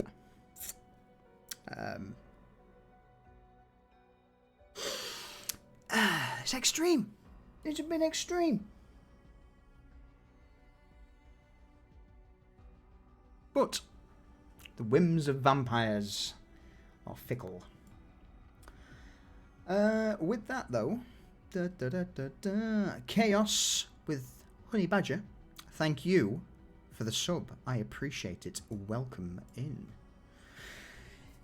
LH, thank you for the raid. I hope those who stuck around enjoyed the chaos of Pariahs. Necromage, thank you for the follow. And again, an incredibly apt name for this campaign that we run. Rayvon, I appreciate the 100 bits. Thank you kindly. Jump, thank you for the 34 months. No, it's not. It's 51 months, Jump. Holy shit. Thank you for the 51 months. And with that, though, yeah, we'll ramp the music up. We'll be back on Saturday for episode 2 of The Emperor's Tears, a Warhammer 40,000 Imperium Maledictum campaign starting at 8 PM GMT, and then Sunday we return with episode 17 of Pariahs, where it seems we're going hunting for the head of the Doctore. But with that, though, again, thank you. Ta-ta for now.